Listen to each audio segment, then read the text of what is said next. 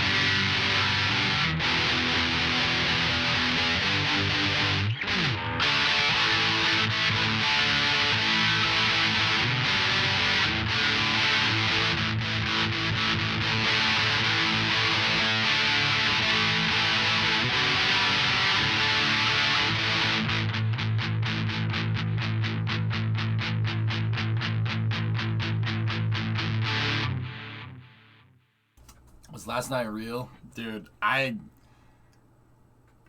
I guess. I don't know.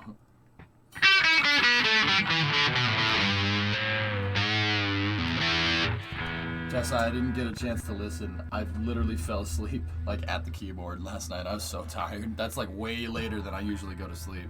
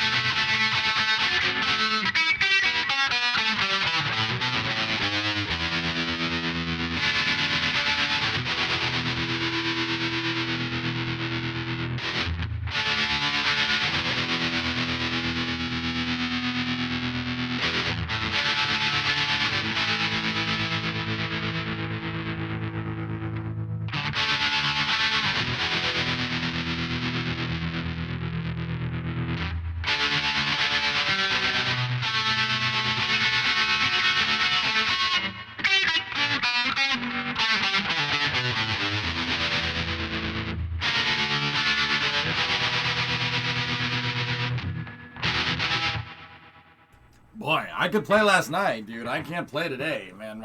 I need coffee. We need more caffeine, dude. I can't play.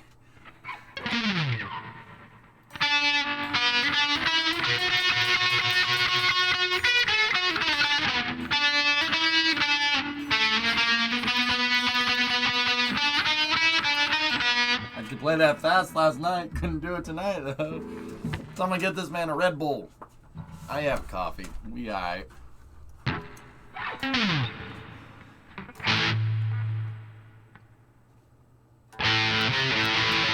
Here, let's try this. Hold on. Hold on. Let me sling the guitar. Some good old Duncan. Every day, Staff Sergeant. Every day, Staff Sergeant.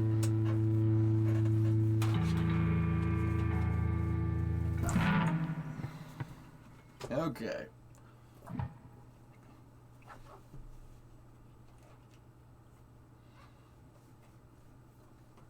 Come on.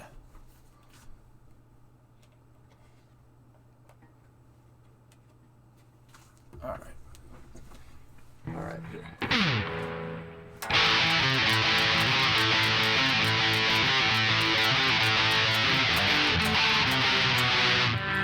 delay is bad. All right, here. Take the headphones off. We'll try this.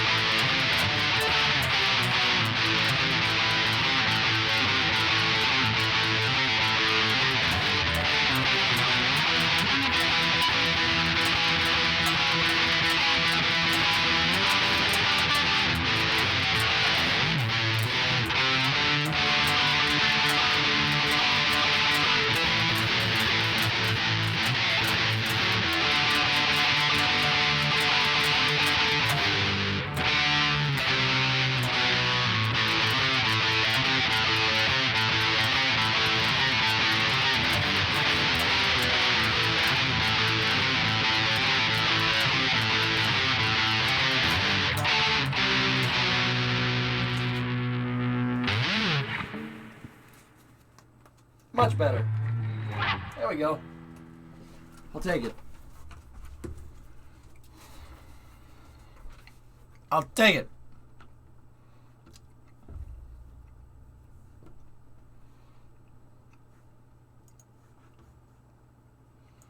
I'll take it. Hello. Did last night happen? Is that a thing? Is that a thing that exists?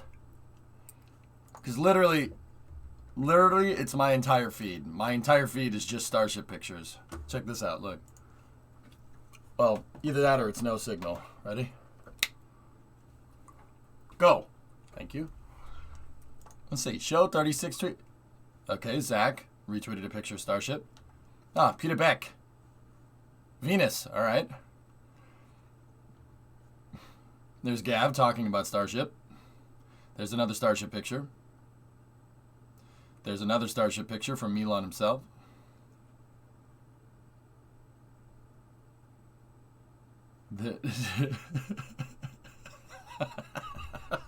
That's bad.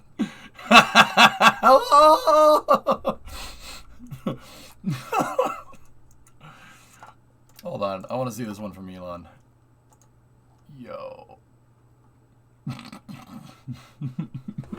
That's kind of funny, actually.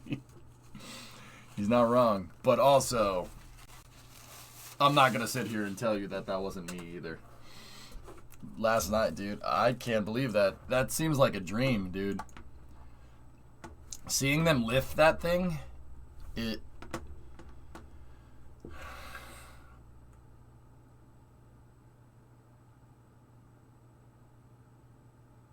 Missing a tile? 20 has always been missing a couple of tiles, dude. There's a couple tiles up at the top here that are gone. Yeah, see? That was like that. Hypersonic, it's unreal, dude. It's unreal. Like, that's how. How that thing lifted that thing up without binding is beyond me. That's a hell of a precise, that's really precise engineering. Like, and they did it automatically. And the VSS grabbed the rocket automatically. Like, that's... you know in Boondock Saints where Willem Dafoe is trying to figure out how all the...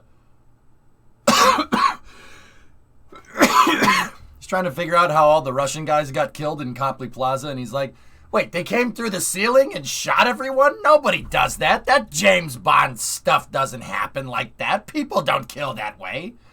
You remember that? Like, that's how I feel about this. This is something that you'd see in Kerbal. They automatically built the rocket. That's Kerbal stuff. Nobody stacks rockets that way. Updated net for the next Starship test. Hypersonic, we'll find out tonight at 9, bud.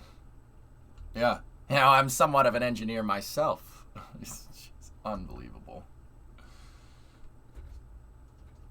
You don't build rockets with robots. Nobody does it that way. So what are you saying? They don't make them like they used to? No! No one's ever made rockets this way. The guy who made this was either a certifiable genius or an ostensic wacko. I'm gonna go with genius. You ever stared at it? Marveled at its beauty? Its genius? See, I'm doing the thing.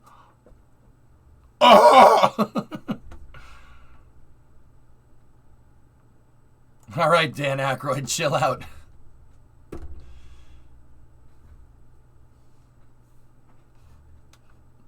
Chad, as a representative of the state, county, and municipality of Twitch, I hereby tell you to cease and desist all heckling of the streamer and return to your nearest parallel chat mention.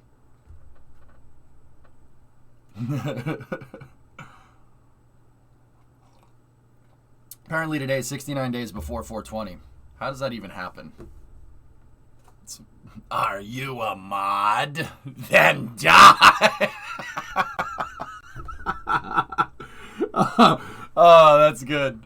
Right, that's good, man. That's real good. Oh, that's good. Then die. So, Not to not talk about Starship, but guys, I figured we'd start off with space news. Eat, what's up, man? 83-month resub. This is also genius. Sebi, I haven't seen the new car. Yeah. I was waiting for you to link it. Okay. It looks like a toy, but alright. I'll have to do like a look at all the cars that have been released. So, fellas, once again, we have a Soyuz launch, a OneWeb Soyuz launch at 1 o'clock, so that's in about 40 minutes, give or take. And then we have Astra at 3, and then Taradra and I are going to play Tarkov at 4, provided the Astra launch doesn't push out a little bit. And we're going to play Tarkov until that Starship meeting. So today, dude, we got rocket launches, we got guns, and we got cranes. Like this is great.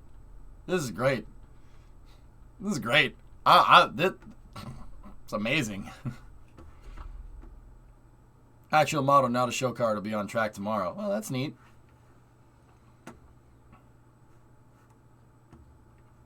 Astra scrub today as well. Oof. Ooh. Ooh. Ooh. This is my new favorite thing.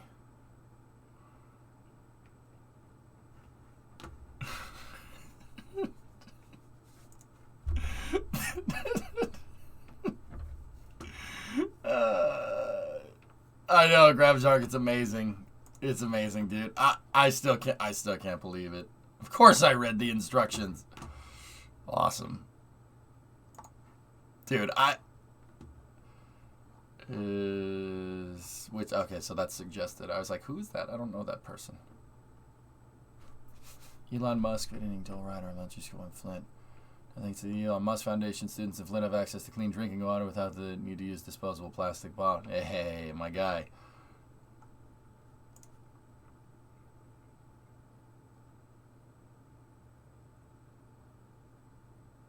Ooh.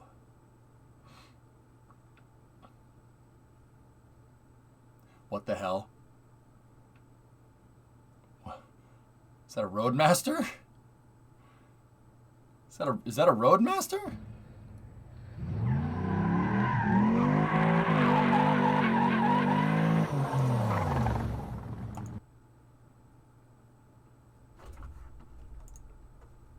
That was awesome. That was awesome. That was awesome. That was awesome. Yeah, did you see the back tire doing this? Oh my god. Oh jeez. Hey, there it is.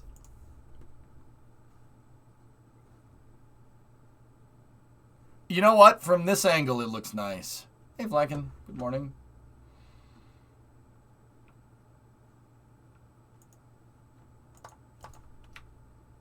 The stream had very poor quality. Yeah, because you're inside the paddock. Hey, admit, what's going on?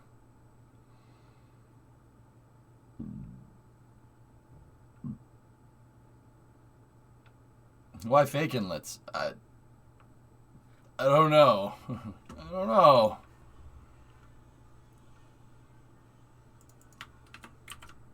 Yeah, that's the stacking time lapse, dude. We saw that when Mike posted it last night. It's unbelievable. I gotta get some high res. Hold on. Sebi already linked it. It looks like a toy, but I do like it. It's not the worst. Hey, Elliot, what's going on? I mean, it's not the worst. What? Okay. Interesting DRS on these cars. It's got, like, the DRS is just its own wing. You see that? 7 pictures. Or a toy looks like that. Alright, that's fair. That's fair. I'll give you that one.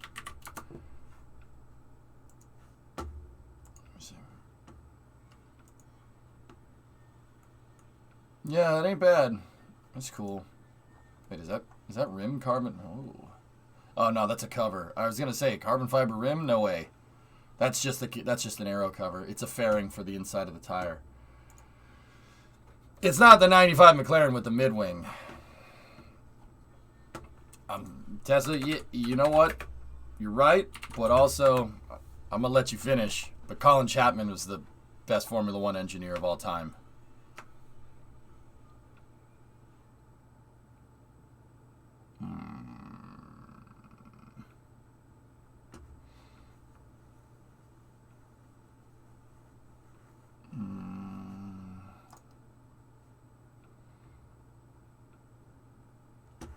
Anyway. What's that, DK? Russia plans to hold a nuclear strategic exercise, said Britain Defense Secretary Ben Wallace. At the same time, the Russians have launched major joint military exercises in Belarus and announced a naval exercise in the Black Sea. What do I think? I usually don't deal with poli-sci, dude, to be honest with you. Simplify and add lightness. What a genius. What a genius. DK, what do I think about that? I don't know, dude. I'll be honest with you. You know, like, dude, like, I have a lot of experience streaming. And, I mean, at this point, I think I can say that without, like, trying to be a dick. Like,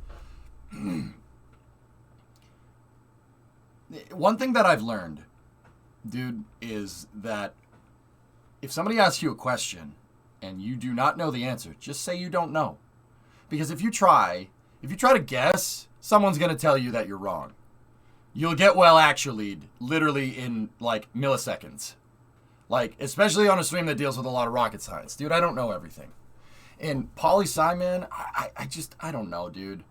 You know, like, I honestly don't know. I could theory craft it out, maybe, like, and figure out, like, maybe they're doing it because of this. Maybe doing it because of this. I don't know. But it would just be theory, and it would probably be wrong. Like, with that being said, if I have to throw my hat into the ring, posturing, man. They're posturing. That's nothing that we don't do. Everyone does that. Like, I try to steer clear about talking bad about the Russians because as a space streamer, dude, we're on the same team. We're on the same team when it comes to space. They're a strategic international partner on the space station. So I try not to talk bad about them, dude. Like, and the funny thing is, DK, is that, you know, like, I've been following their space program for years. I don't really follow much what's going on in the country. I'm not Russian. I don't know if it's, and I'm not guilty of this. If it's one thing that I've noticed, Americans think they know everything about every other country, which is weird. I don't know why. I don't know where that came from. I don't know dick about Russia. All right, I don't know. Dude, I really don't know. Like, that's the honest truth. Like, I don't know what they're doing. But, you know, like, what I try to do is give people the benefit of the doubt because you don't want stuff to get too crazy. You know what I mean? I try.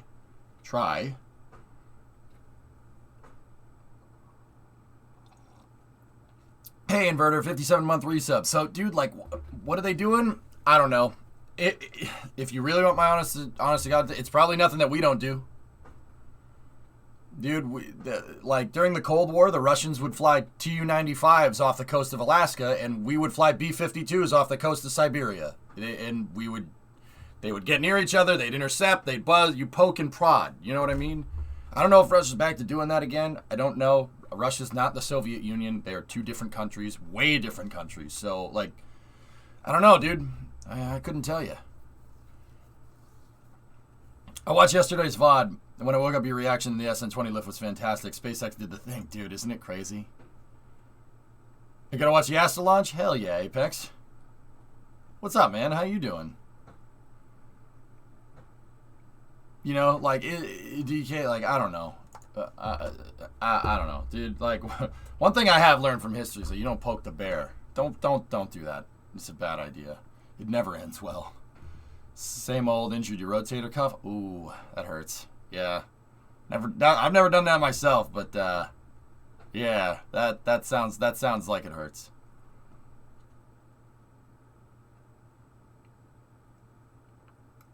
Yeah, so I don't know, man. Like, generally, I have no idea. I want to weigh in on it, dude, but it'd probably be wrong.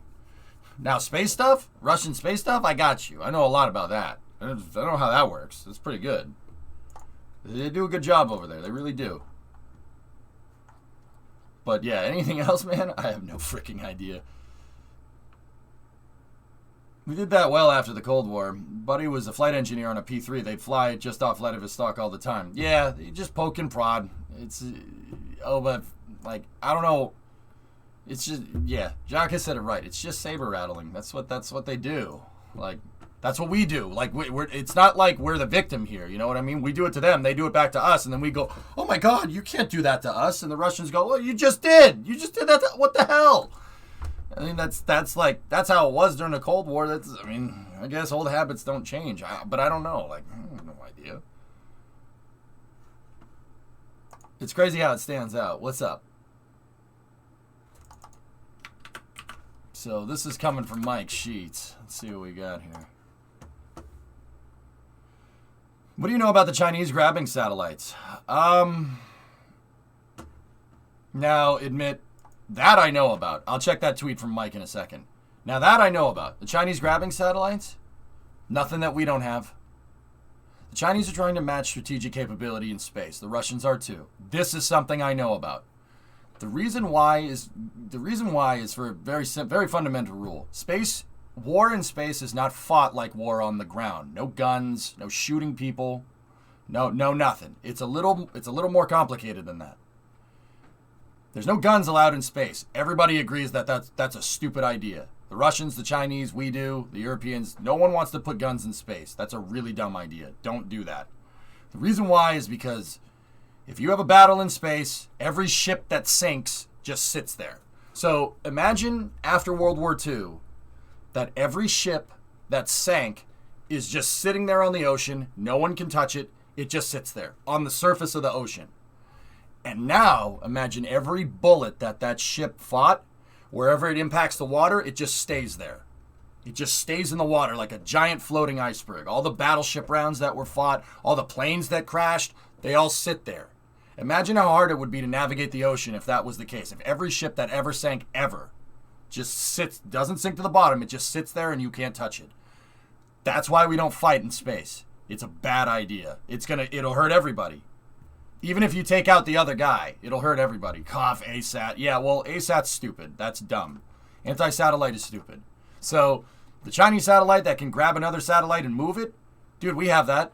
We've had that for years. Now, once again, this is not about, this isn't about like, oh, the Chinese we have it, so the Chinese got to have it too. No. I mean, that probably has something to do with it. But honestly, what it's really about is about matching strategic capability. It's arms race stuff, guys. That, like, I don't know what to tell you. But it's not arms race, but it is arms race, but it's not arms race in space. So Northrop Grumman, check this out, has this vehicle that attaches to satellites called an MEV, right? It's called a Mission Extension Vehicle. That's what it's called. It grabs the back of another satellite and extends the life of said satellite. Hey, Greg, thanks for the raid. Yeah, that's a bad idea, Elia. Yeah, we don't do that. Why can't you touch it? Because it's an analogy. And in real life, space debris up there will just stay there. So, hey, Greg, what's going on, dude? Or shoves that sucker down into the atmosphere. Now you're thinking with portals. Yeah, Zonka, you get it. Mission Extension Vehicle. What do you think that thing is designed to do? Oh, yeah, it's going to extend the life of the satellites, right? Because there's a market for that, right? No. No. That's going to go grab a Russian satellite and deorbit it. That's what that'll do if something goes down. The Russians have that capability. They rendezvous two Cosmos satellites together, and, you know, everybody freaks out. And then the Chinese did it, and everybody freaks out. Well, when we do it, it's a Mission Extension Vehicle. It's like, see what I mean? DK, see what I'm talking about? When we do it, it's ours is a Mission Extension Vehicle. When they do it, it's like, oh, it's dangerous. You're docking two satellites together. It's like, okay. All right.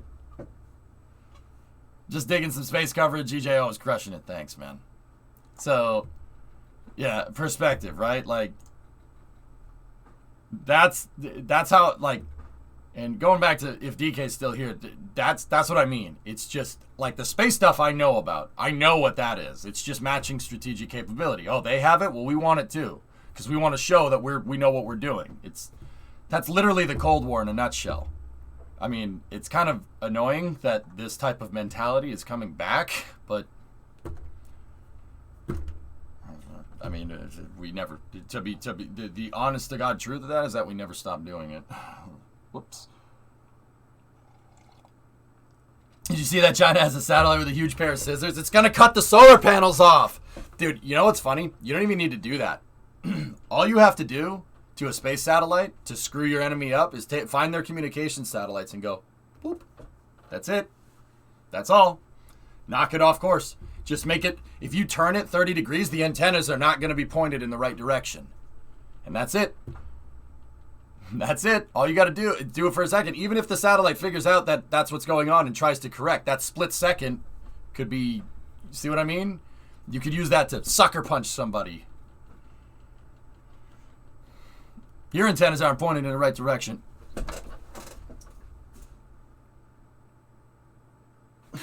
What's up, man? That's it. See, that stuff I know about. That stuff I understand. Got him! This Taradra guy keeps following me. What's up, Vion? How you doing? So, in other words, countries tend to speak positively of themselves and negatively of their rivals. Yeah.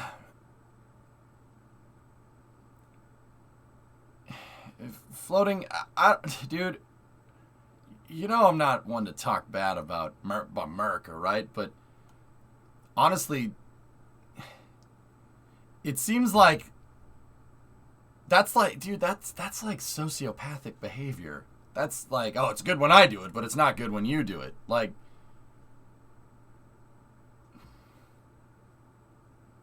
wait, did I just come to the realization that politicians might be a little bit sociopathic? Uh-oh. Uh-oh. Uh-oh. Yeah, right, Azanki? That's right, yeah. Uh-oh. Starship! Starship! Back to Starship, please! No! No! Shut the door! Shut the door! Close the door! Take that. I'm going to take that thought and I'm going to put it over here and I'm going to put it in my thoughts that I don't need to think about over there.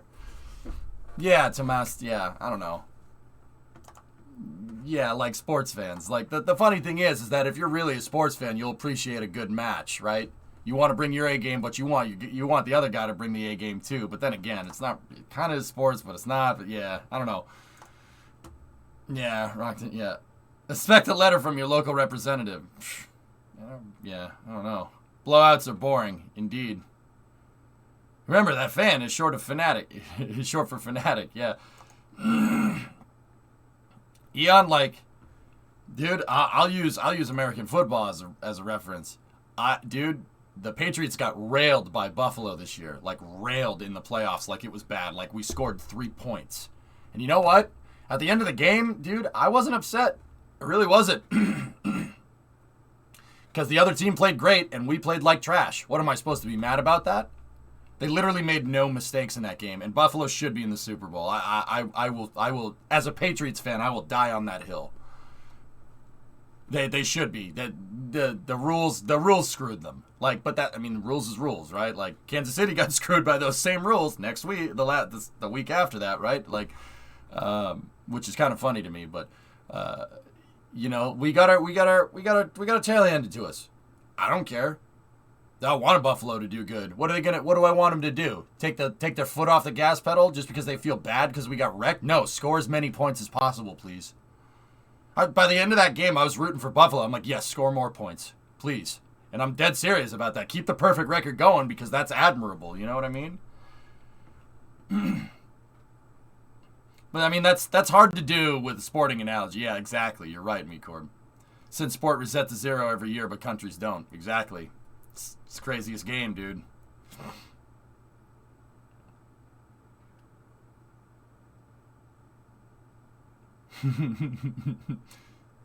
Nice, Ian.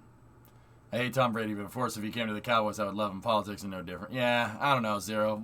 Like, everybody likes to point fingers nowadays, dude. Everybody likes to do this. Everybody likes to do that. Dude, I try to keep it cool. You know what I mean? Try to keep it cool. My domain is spaceflight. And when it comes to spaceflight, the Russians are our boys. We're on the same team here. And it's us versus space. It's PvE. It's not PvP. You know what I mean? For the gamers. It's gamer moment. You know, so I try to keep it cool. I try to be fair. You know what I mean? That's because, like I said, I don't know, man. All this, you know, like, oh, these are the bad guys. Like, okay. Are we falling for this again? Like, all right. Russia kept the U.S. in the space game for a really long time. Eon, and you know what? Before that, you know, you're talking about when Soyuz was the only way to get to the ISS. Before that, the U.S. saved the Russian space program. We did. After the Cold War, we didn't want that technology getting into adversarial hands. So the U.S. spent millions of dollars going and propping up the space program and using their engines in our rockets, which are good engines, by the way. They're really, really great. I'm serious about that. I still think the Russians make good first stage engines. On par, if not better, than like Merlin engines. Seriously. The RD-180 is a great motor. RD-190s and 191s, they're fantastic first stage engines. In fact, Eon, I will go so far as to say that an SLS with some RD-170s on the sides instead of solids would be a really, really nice rocket. That'd be a really nice rocket. But you know, like I said, when it comes to space, like, it's PvE. We help each other. So I try not to turn up the Russians again. Like, I try not to beat that drum, dude. We all know where that drum ends. I'm not where that drum ends. We all know where that tune goes, you know. But solids go Bert. Why not both?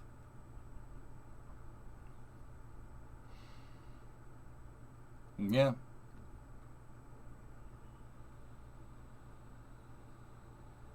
We want technological victory. I don't know, man. Yeah, you gotta be careful with that stuff. You mean energia?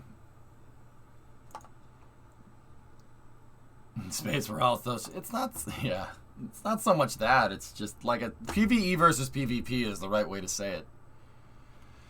It's PvE until we find the Cylons. Well, the Cylons are NPCs. They're non-player controlled.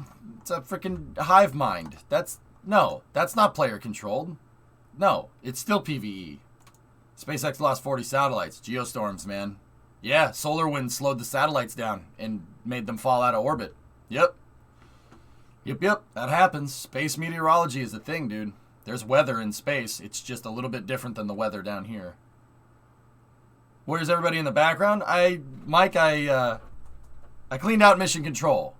Everybody's hard at work instead of looking at the camera. They're all behind the consoles. You can't see them. I did it for the new year, just because. But anyway, that's the thing, man. Look at that. We watched that thing get stacked last night. Here, let me find Michael's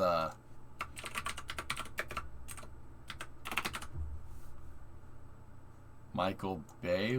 Oh, I never noticed that. Nice. So Mike Baylor over at NSF posted a time lapse, and dude, it is the wildest thing. Like, take a look. Actually, here, you know what? I'm getting you guys the YouTube video. You're getting the YouTube video. Oh wait, no, that's the stream. We'll get the time lapse. All the flashing lights around are the drones. SpaceX was looking at this thing like crazy. You know why? Because it did that automatically. Like, I said this 1,000 times last night. SpaceX picked up a Starship and crowned Super Heavy. Automatically. Well, not automatically. Remote control is the right way to say it. But the fact that everything lined up and they were able to latch this thing without anybody being near the pad, they were able to stack without anyone being near the pad. That's absurd. That is absurd. It's absurd. Belters are full loot PvP griefers. Yeah, that's why I don't like them, Grab Shark. They don't think it be like it is, but it do.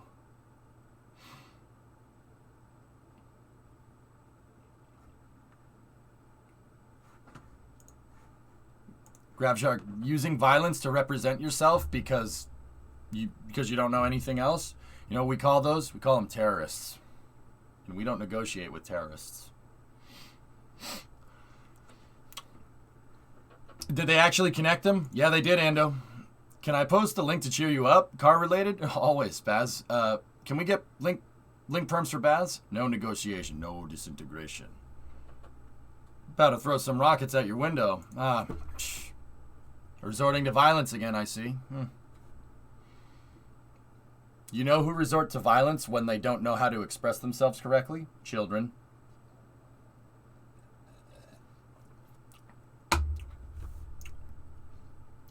It's fine. It's fine.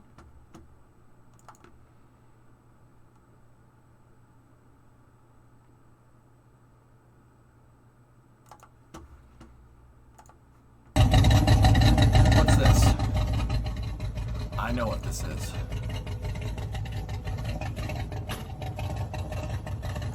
Can we, like, I like the Starship stuff, and we'll get back to that in a second, but also...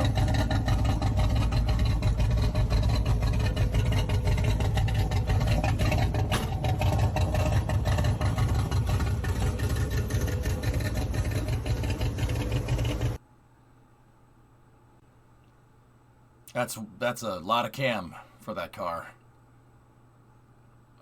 That's a lot of cam. Not a lot of cam. No, it's a lot of camshaft. You can tell because of how the motor's idling. So it has a pretty non-mild cam in it. That's so. What does that mean? Their camshafts control your valve articulation, and they control like how long the valves are open to put air and fuel into the car. If the valve's open for longer, more air and fuel gets into the combustion chamber, and more air and fuel in the combustion chamber equals bigger boom. So those cams tend to give you, yeah, they make the car idle funny. That's why it sounds like instead of like blah blah blah blah blah blah blah blah blah blah. Those, it sounds like that. That's the sounds. What do you want from me? She cammed, man.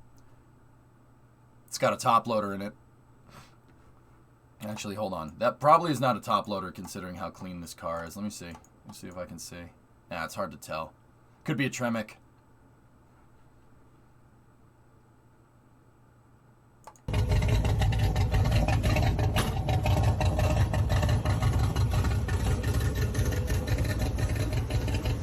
So that's a big block Ford. That's a 427. It's a sock motor, or it could be even a 428. At least I think. It's hard to tell. I know the motor's cam, and it does sound carbureted. Yeah, carburetors just have this very distinct noise. Baz, where did you find this? Sounds like my Model 3. Navy vet. This is what your Model 3 sounds like? If your Model 3 sounds like this, I think something's broken. I think something's broken, man. I think something's wrong. It's not supposed to do that. It's a Rich Rebuilds Model 3. That thing is cool, Graph Shark. I love Cummins motors, man. They're so... Dude. Cummins motors are, the best part is no part, literally applied to diesel engines. They're really good motors.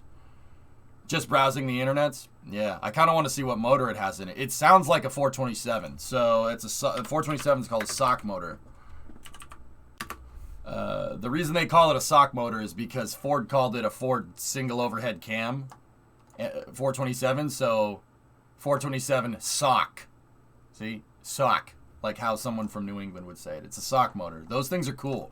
Very rare. Very expensive. I'm pretty sure by the sound in the cam that it's probably one of those.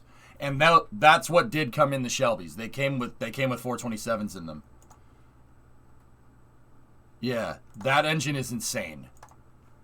It is. So the reason why they're so sought after is because this thing is not cam in block. Okay, it has overhead cams in the 60s on a big block engine, which is unreal. That's unheard of. Most engines, the camshaft are down here.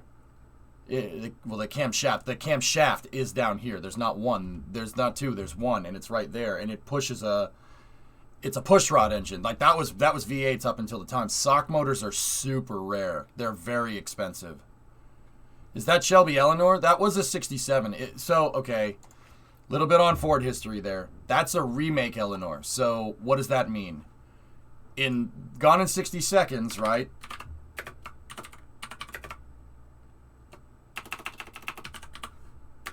In Gone in 60 Seconds, the one with Nicolas Cage in it. Yeah, the one with Nicolas Cage. They had this as ELaNa, okay? So that's a 67 GT500, but this one has a lot of work done to it. That's not what a GT500 looked like from the factory in 67. That's a Shelby GT500. That's a 67 GT500. Personally, I think that looks nicer. That one is kitted out. They most likely for the movie didn't use a GT500 just because it's too rare. If I'm remembering correctly, that crappy Mustang at the end of the movie, that's a real Shelby, but that's about it. You don't want to mess up a Shelby. They're worth so much money. Even today, they're worth a lot. So, I really like that car. The 67 GT500 is beautiful. It's a really awesome machine. But that's from the remake movie. The original ELaNa was a 73 Mustang.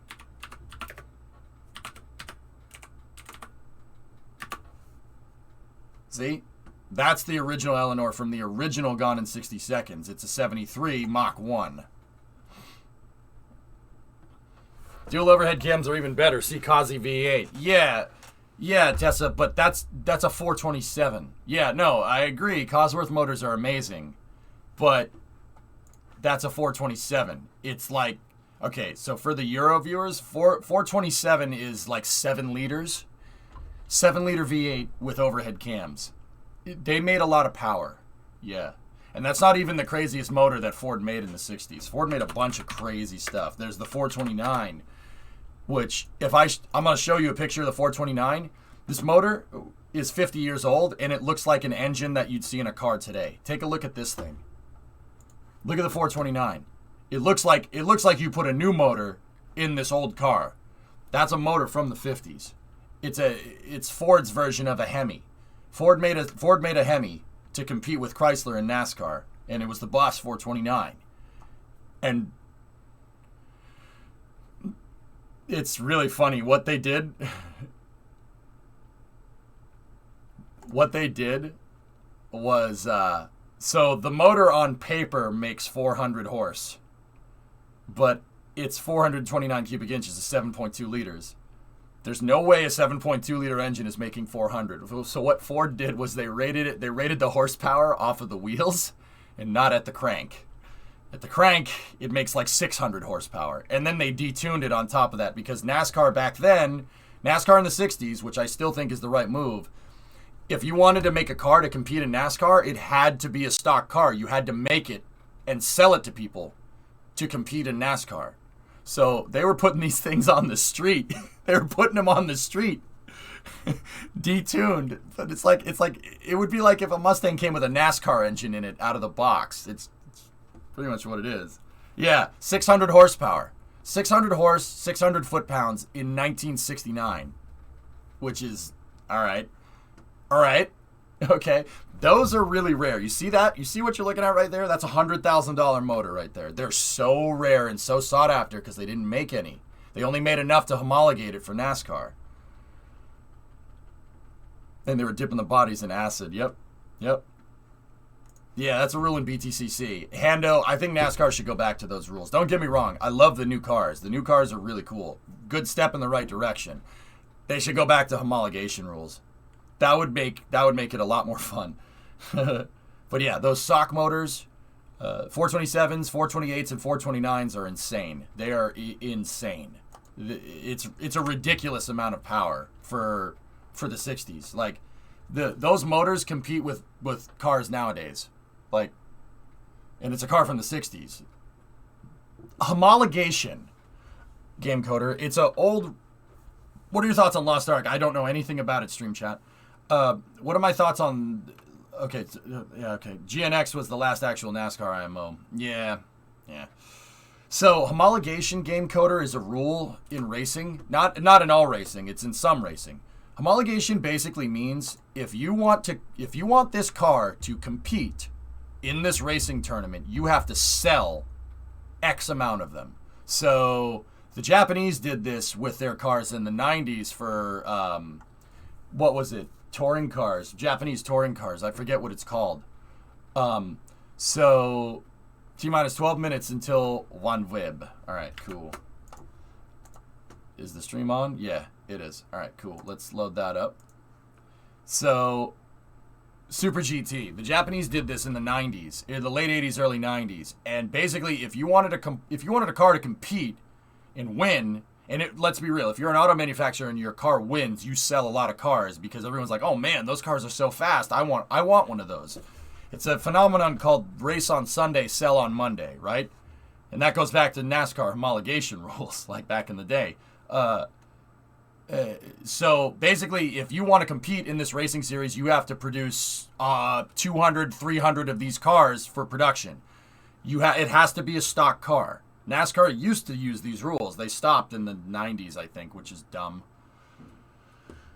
But yeah, it's homologation rules are really cool. The homologation rules produced some of the best cars for the street ever, like the Boss 429, the Plymouth Superbird. Anybody like Skylines? It's not just American stuff. Anybody like Skylines, Supras, 3000 GT VR4s? All homologation rules cars. All of them. Group B rally cars, the Audi Quattro. Yep, good call. Gonna cover the Wallops call. There's a launch happening very soon, John, so I don't know if it's over the launch, maybe. I don't know. So it depends on the rules, Baz, to be honest with you. Yeah, there's a lot of stuff. Yeah, homologation specials produce some of the best cars around. Tessa. Dude, Ford Cortina Cosworth. Bing, right there. There you go. There's a homologation car. The Cosworth Cortina, Escort 1600, Sierra Cosworth. All those cars are homologation cars. They're some of the freaking coolest cars around, man. Why is it that Group B? Because it was simply the best. Agreed. Hey, Daitor. Yeah, dude, I know a lot of car history. If you guys want to pick my brain, my specialty is American stuff, but I know Japanese stuff too. I like anything that goes fast. What's that, Sing? Raptors being moved in. Told you it was in the paper shredder truck. This was just delivered to the launch site. Raptors being moved in. There you go. That one's covered. Whoa, what's this? That one doesn't have any turbine machinery on it. Interesting. One of them is a Raptor 2, Bauxy. I'm going to guess that this one is a Raptor 2 over here. So you'll know a Raptor 2 over a regular Raptor because a Raptor 2 will have a huge duct going down the side from what I understand. There's a huge pipe that goes down the side and then it dumps back in. It kind of looks like, if we go to look at an F1, Raptor 2, from what I've seen, and this is just I've seen a picture of it from far away. We looked at it on stream the other day. It has something like this going on the side, but not that big. It looks kind of like that, but it's not this. That's a gas generator. That's the gas generator dump for film cooling. It's not that. Raptor does not have this. Raptor's full flow stage combustion. This is closed cycle gas generator with Carolox, different type of fuel delivery system and propellants. But kind of something like this. There's a huge pipe going down the side of Raptor 2s. We'll see it tonight at the Starship presentation, but yeah. The phone's still from 2004. Alien, I think that this picture was taken remotely from a car that's parked and streaming from here with nobody in it. This looks like Lab Padre's stream. So Lab Padre has one of the guys down there that covers launches. He has a kitted out Suburban. And the Suburban literally has a mobile streaming setup in the trunk, and then on top it has a PTZ camera that just points at things. And Lab Padre can control the cameras from his computer at home. So he just goes and parks his truck somewhere near the SpaceX site, which they're cool with. They're totally okay with this, which is still nuts to me. And he just walks back to his house. Well, not walks back. He probably gets a ride back to his house. He can control it right from home. Yeah. So it does look like potato camera, right? But this is from. When are you building one of those? I did already. We need the PTZ camera on top, Geeson. That would be cool. Trust me, I want to do some stuff. You know, the world's kind of settling down, which is good. Please, please. It's been 2 years, please. No gibberish tonight, please, I beg you. Shall we, Daddy? World's kind of cooling down a little bit, and when it does, like I said, I'm working on the truck in the background. I'm not streaming any of it because it's at my buddy's yard. He doesn't want, like, I can't stream in there because one, it's in a ditch. Two, I'm not going to stream somebody else's stuff. Like, there's other things there that I don't want people seeing, and my buddy doesn't want people seeing either, like cars and whatnot. He doesn't want people to know what's in the yard. So, but I've been working on it. I work on it in the background. Yeah, every Monday I go over there and I mess with it a little bit. I just, you know, fix this and fix that. Now, what's this right here? This is the key barrel, because once again, right now the truck is you turn it on via a I hot wired the truck GTA style, but it's mine, so it's okay. I hot wired it because the key doesn't work. There was no key. The key goes into this thing, which is called the key barrel. The key barrel is designed for anti-theft and whatnot. Yeah, this thing is pretty damn complicated for what it is. So what Ford was trying to do is trying to make it so you, like they tried to make the mechanism as complicated as possible, right? There's a lot of things that this thing does, and I'm not going to claim that I know what it all does, but long story short, at the end, there's that little nubbin that turns. You see that? And then if you look at one side, right here, it's grooved. Camera. One side is grooved, and that goes into a gear, right? There's a gear that Ford doesn't make anymore. Well, they do. I just decided to pull one out of a junkyard. There's a gear that turns right here, and that gear moves a tooth gear, a straight tooth gear, that moves a lever that actuates the ignition switch and turns the car on, or the truck on. And Ford went through all this trouble to make this really complicated, when you literally can just take the ignition box off the steering column and flip it into the run position.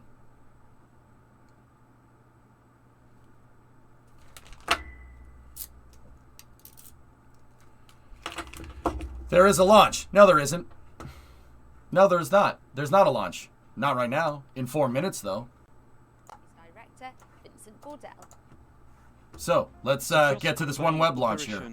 Performed in the Guyana Space Center have consisted in the integration of the complete stack of 34 OneWeb satellites on the frigate upper stage. Maybe, Tiger, someday. It has been followed by the encapsulation phase. Yeah, Hokey. Yeah, of course. So an operation that has been Discovery, go at throttle up. Astra launch seems to be good, yeah. These combined operations have been done vertically. So what we got here, guys, is a Soyuz OneWeb launch. Included, of course, different interface checks, electrical verification, and so on. The last operation. This one's launching out of Baikonur, if I'm remembering right. This one's going out of Complex 31-6 at Baikonur. And we got a Soyuz 2-1 right here. I think it's a 2-1B. 3 days before the launch, the Soyuz 3 stage. Do you think they're using engine exhaust to run the turbo pump after starting on Raptor 2? Well, I mean, Tessa, they already kind of do.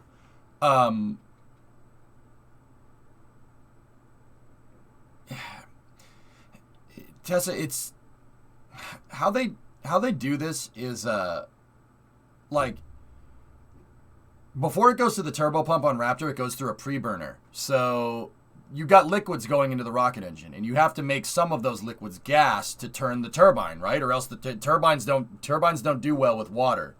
All right. Ask anybody that's ever been on a submarine. you take an impeller in water and you spin it too fast, it'll cavitate. Anybody that knows anything about boats knows that, right? I'm not saying you don't, Tessa, but so you got to take some of that and turn it to gas so you can make the turbine go, and then the turbine moves the impeller, right? This one, okay, so this one's actually out of Kourou. Okay, it's not out of Baikonur. All right, cool. Hey, Renwan, what's going on? Yeah, jet boats work, but Tessa, what I'm trying to get at is that you using the liquid fuel, like, you're gonna cavitate the turbo pump. You don't want that with rockets. I mean, boats a little bit different, but so Raptor basically is staged already. They take some of it and it goes through a pre-burner, and then that spins the turbo pumps, and then they dump that all into the engine. You could do a staged turbo pump. The shuttle does something like that. It has two types of turbo pumps on it, low pressure and high pressure for both sides. But yeah, I mean, I don't know if you could do a turbocharged turbo pump. Like, maybe? That seems a little bit on the complicated side, but yeah. Is an instruction for all right, let's see what we got. Mask retraction. It said that We're actually going to see. It said that this was at Baikonur last night, but I guess not. It's definitely Kourou. He's going to begin the launcher ignition sequence, which is the actual start of the engines being ignited. So we should be hearing very shortly his next instruction. And there we go. Okay. Third stage umbilical retract. Attention pour le début de la séquence d'allumage lanceur. Okay, stand by for the final count there. And he will be then going into that beginning of the launcher ignition sequence. You should see the second umbilical separate at T-minus 15. It's a little early. Okay, at T-minus 6, you should see engine priming. And we've got the countdown. Everything's ahead. 5, 4, 3, okay, got good ignition. Unité, décollage VS27, OneWeb. Yes. Decollage so separation of the rocket, the OneWeb rocket. OneWeb's Launch 13 from Kourou in French Guiana. No sound. Gosh, this is the moment that you tune in to watch a live rocket launch, isn't it? To see it go from that launch pad and hurtle, and look at it hurtling into orbit. It's always this moment that I always think of, the months of preparation and the number of people involved to get it to this point. And how really this launch does take us one step closer to OneWeb's mission to connect the unconnected. Now, this, of course, is the second time that the launch has taken place at this precise location. And to begin with, we could see the rocket going up from the tracking camera, but because it's quite cloudy conditions, she's doing all right. We've now moved on to the mock-up of seeing exactly what it's doing. So the animation is going to take us through each launch. Okay, yeah, separation looked good. Everything looked fine. So they were a little ahead on the timeline, though, dudes. As but we do, I don't think Soyuz cares. What confirmation means here in the studio. So the first event that we're looking and listening out for is All right, fellas. So this is an animation, obviously. You have your mission elapsed time up here. There's the Met right there. That's the launch director right there. And then over here, see these boxes down here that are next to the launch director? That's live telemetry. This is one thing that I really like about Arianespace's cast. They show the telemetry. Now, don't get me wrong. SpaceX does that too. But SpaceX really only shows this stuff over here. They sometimes show something like this, but they never show anything like this. So, this is the trajectory that it's going on the map. So, this Soyuz is launching north out of Kourou in French Guiana because these satellites are going into a polar orbit. You're going to... Oh, all right. We got first stage separation. Korolev cross, but they didn't show it because, they never show onboards. This one's going north out of Kourou. So this is heading towards the Bahamas right now. The Bahamas would be over here on the map. Cuba is like right here, and Puerto Rico, Haiti, Dominican Republic, Jamaica is like, they're right here. Florida is right here. They're going to go past Florida and the Bahamas. This guy's launching north. So that's the trajectory over here. You could see the track right there, which is actually pretty cool. Rockets follow a predetermined course into space. That predetermined course takes into account a little bit of deviation left and right. So sometimes the wind can push the rocket a little bit to the left or a little bit to the right. That's totally normal. But if you look at the telemetry right here, you have a circle with an X in it. The circle is the track, and the center point of that X is where the rocket is. If the X is inside of the circle, you're going right down the pipe, everything is perfect. If that X can be anywhere inside of that circle, and it's totally okay. Totally fine. If the X goes outside of the circle, you got a problem. That means the rocket's out of its track. That means it's literally like, think driving down the highway and you turn the wheel to the left and you go off the road.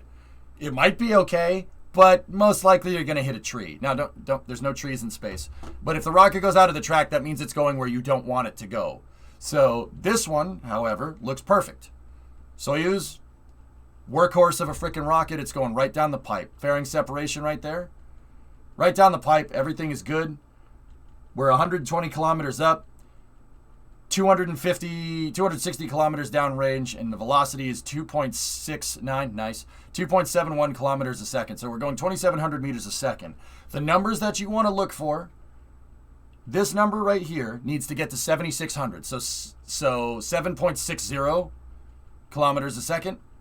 And you want your altitude to, this thing's going to go up high. It's going to go up pretty high. So you want this to be above 400. I'm not sure what the exact point of cutoff is, but either way, yeah, the live telemetry will tell us. Now, what's this rocket carrying? This Soyuz is carrying a bunch of OneWeb satellites.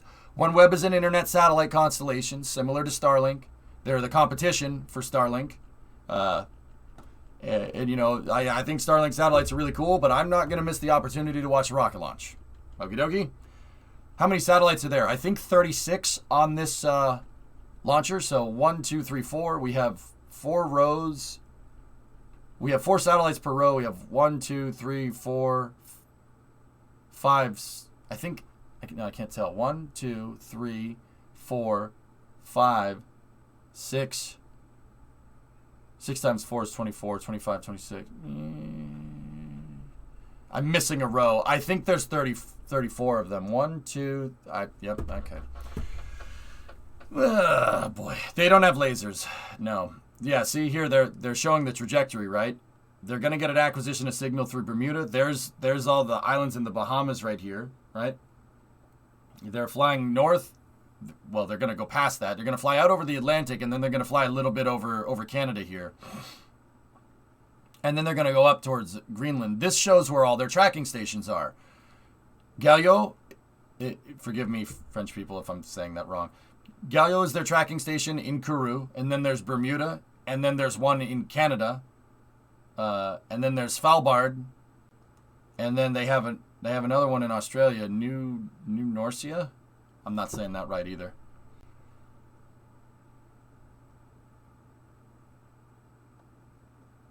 $34. Yeah, okay, cool. Yep, and see, then they just, yeah, it's a big Christmas tree. They just eject all the satellites right off of it. Why do these fairings look so more blunt than what we use? Soyuz's fairings?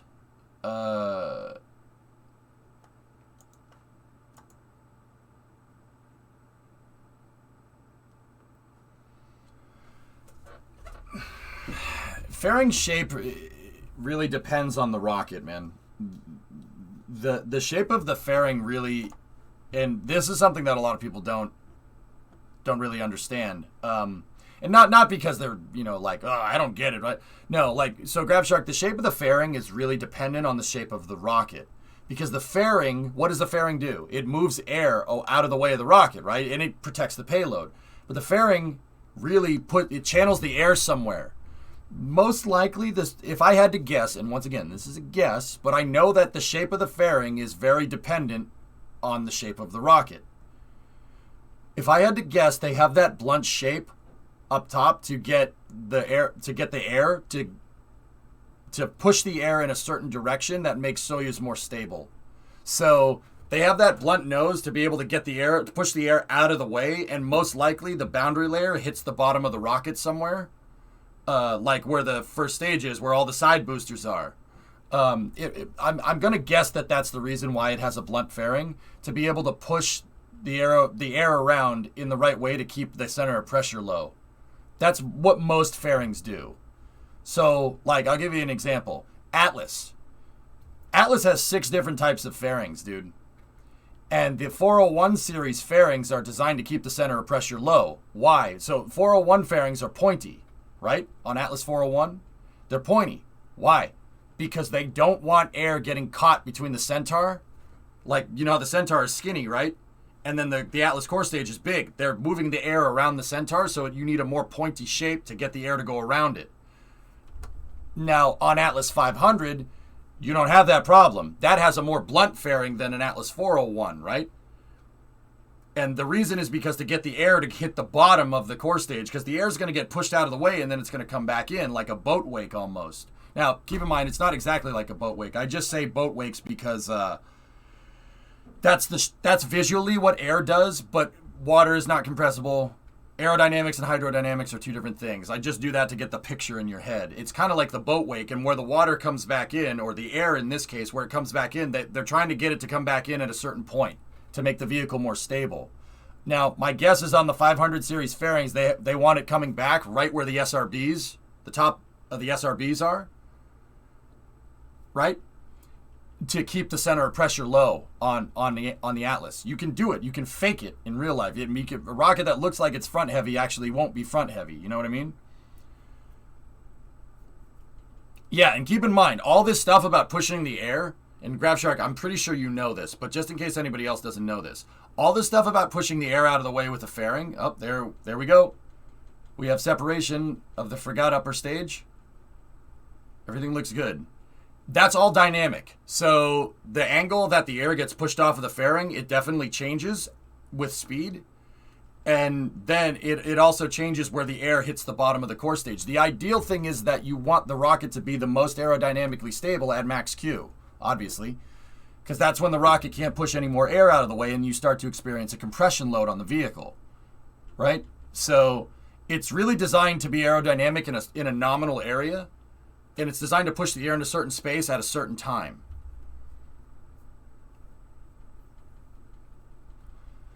I don't think so, Christian. Did you get any sleep? Yeah, of course. Did you mean the golden mushroom? Sure. Does the blunt fairing also help adjust a simulated mass for lighter payload, like a bunch of chicken coop satellites? No, not necessarily, Claude Voy. I mean, maybe. I don't know. Once again, I know that fairings are shaped around the rocket. They're designed to channel air in a certain spot, like the wing, like the front wing on a Formula One car. Literally the same idea. It's designed to move the air in a certain place. Got good frigate stage ignition. So we're not exactly at orbital here. The frigate should do the rest of the work. Social media channels. And of course, you can find out more about OneWeb's responsible space commitment, which of course has been the theme of Launch 13. If you the golden mushroom switch. It took me a second. You're talking about the frigate. Yeah, the golden mushroom. Yeah, sorry, I'm slow today. I need more coffee. You can find out more information there, or join in the conversation on social, just using the hashtag responsible space. I want to say a big thank you to Maurizio for telling us about OneWeb's responsible space ethos, to Vincent for his commentary on the mission videos, and to Stefan and Chris at the Jupiter Launch Control Center. I also want to thank the entire team at OneWeb and Ariane Spas for allowing us to join them live for the launch, and also want to congratulate them on another successful mission. Frigate's a good upper stage, It won't be long until we can do it all again, so do look out for details of Launch 14. Thank you so much for watching. Goodbye. All right, cool. We can keep talking about space if you want. So, yeah. The fairing shape is designed to move the air in a certain spot. Now, my guess with that blunt fairing, with a blunt fairing like that, you're going to get,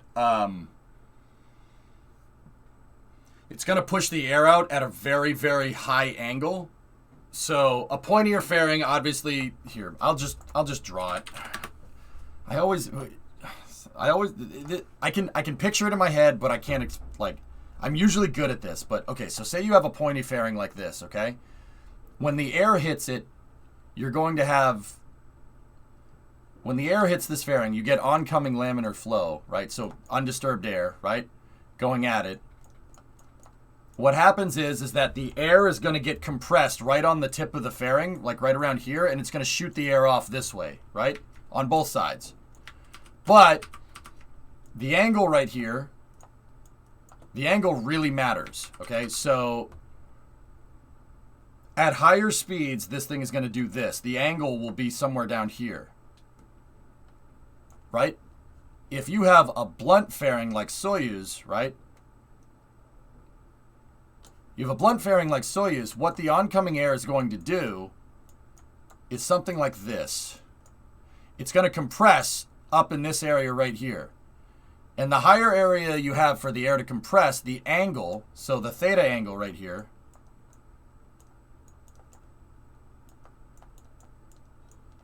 is going to change. The Soyuz is going to do this. That Soyuz fairing does this. Now, once again, my guess is because at speed, this thing doesn't just keep going off in this direction, right? It goes down and around like this. And that air will probably come back down, right? And it'll probably find the bottom of the rocket to keep it nice and stable. So like if you look at if we go back and look at the Soyuz rocket, so it's probably going to push the air out here and it's going to come back down and hit the first stage on Soyuz. So like, see, this picture shows exactly what I'm talking about. The air is getting compressed up against the front of this thing and it's going out and it's coming right back down. And like the aerodynamic wake is going down here and it's hitting the bottom of the rocket to keep Soyuz like really stable, like really freaking stable. You know that, like, okay, so this is a Soyuz 2.1, right? 2.1 has this type of fairing on it. Soyuz didn't always have a big fairing like this. Soviet engineers had to figure out a way to be able to put a bigger fairing on this because they made Soyuz more powerful, right? It's a more powerful rocket as time progressed, right? They wanted to put a bigger fairing on here, and what happens when you put a bigger fairing on it? You're screwing with your center of pressure. So my guess is that they made the fairing blunt so they could get the air to vector down here and hit the bottom of the rocket and cause crazy amounts of drag down here. That's probably the reason why Soyuz has these fins on the stage. They probably have those fins down there because you know Soyuz doesn't need those. I'll bet you that's the reason why those are there. Like, so, like, just look at the angle of the fairing. It shoots the air out, and then it comes back down, and the boundary layer hits it down here, and it keeps the center of pressure really freaking low. Yeah, you don't want air coming back in right here because you have your inner stage and stuff. If the boundary layer came back in here and the air got pumped into the inner stage, it'll break the rocket in half. Any predictions for what Elon will talk about tonight? Starship? Rounded nose cones have lower drag at lower speeds. More pointed fairings are more optimal at higher speeds. Yeah, of course, TLS, but it really depends on where you're hitting maximum dynamic pressure, what altitude and what speed you're going at, right? So like Atlas V has that pointy fairing because my guess is Atlas V has that pointy fairing because it's not moving a heavy payload, but it has the same booster engine, right? It still has an RD-180 down there, so you want it to be pretty stable when you hit max Q with that thing, and your TWR is gonna be higher because you're carrying a smaller payload, right? Dad boy, I don't know exactly what he's gonna talk about. I know it's gonna be about Starship, probably Raptor 2 if I had to guess, but yeah, the fairing shape really makes a difference. It really makes a difference. And everything about a rocket, nothing is there for show, really. Everything's there for a reason. So the shape is there for a reason. And it's most likely, I'm like, okay, this is going to be really stupid. This is going to sound really dumb. Like, the fairing is there to get the air to go somewhere. It's not just shielding the payload. It moves the air in a certain spot. Yep, I messed with a fairing in KSP and the rocket went from extremely nice to complete trash. Well, KSP kind of illustrates this, Swishio, but we don't have what's called fluid dynamics in KSP. But, however, yeah, you can screw with the center of pressure on your rocket. If you change the fairing shape on your rocket, it'll create more drag up front. And if your center of pressure So like the center of pressure is kind of an average, where it's an average for the rocket where it's making the most amount of drag. So like if you're making way more drag up front because you have a big bulky freaking fairing, your center of pressure is going to be forward. And if your center of pressure is forward, your rocket's going to flip. It's just like a plane that has a center of mass too far back. If you're flying around a plane that's tail heavy, you're going to do this. Whoop. You're going to bottle flip like a Falcon 9 almost. Hopefully nobody gets hurt. So yeah, in Kerbal, Swishio, you remember when I was messing with Freedom? I know you were here for this. I was messing with a Freedom rocket and I was like, I can't fit the payload inside of the fairing. And a lot of people were like, oh, just change the fairing. I'm like, no, no, I'm not doing that. That's a really bad idea. That's a good way to break your rocket.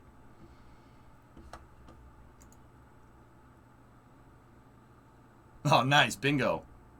Why would a pointed fairing be less efficient? It's not necessarily less or more efficient, Phil. It's not necessarily more or less efficient. It's really about getting the air to go somewhere. It's applicative. I don't think that's a word. It's application based. So different fairing shapes do get you a different aerodynamic result. Think about the fairing, like a pointy fairing versus a blunt fairing being a tool in your toolbox, right? As an aerospace engineer, the aerospace engineering of toolboxes. One fairing is a hammer. The other one's a power drill, right? The other one's a screwdriver. The other one is a planer, right? Say you're doing woodworking. I don't know why you do that in aerodynamics, but whatever. It's not so much there for efficiency. I mean, obviously, you don't want your payload getting hit with air because that's bad. It's there to produce a certain result. Like, it's there to move the air in a different spot.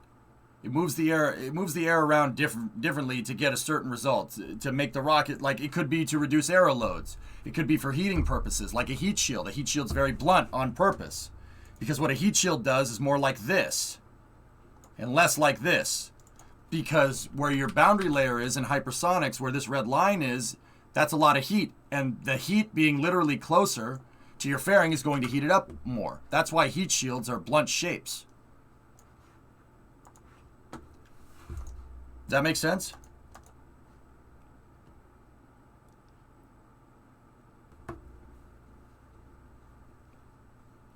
Here.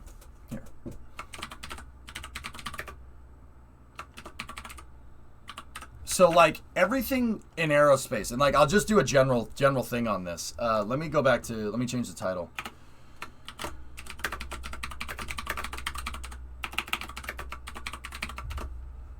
All right, so I'm gonna bring out the aerodynamic imaging here. Check this out. Everything that flies through the air leaves a wake, and that wake kind of looks like a boat wake, kind of. And once again, like, okay, so if you know aerospace engineering, you haven't watched me before. I keep things very general, and sometimes the analogies don't line up. And also, I'm not an aerospace engineer, so I try to explain things very simply. I think I have a pretty good grasp on this, but bear with me. So check this out. Here's footage of two NASA T-38s breaking the sound barrier. This is the T-38s are going supersonic in this picture. They leave a wake. See the wake? Now, I know what you're going to say. Well, EJ, wait a minute. I thought you said pointy things make the wake go straighter. They do at higher speeds, sure. But at supersonic speeds, and even in the transonic regime, which is like 700 to like 900 miles an hour, it depends. It changes. Mach number changes depending on airspeed, which is, and pressure and temperature and all these other things. But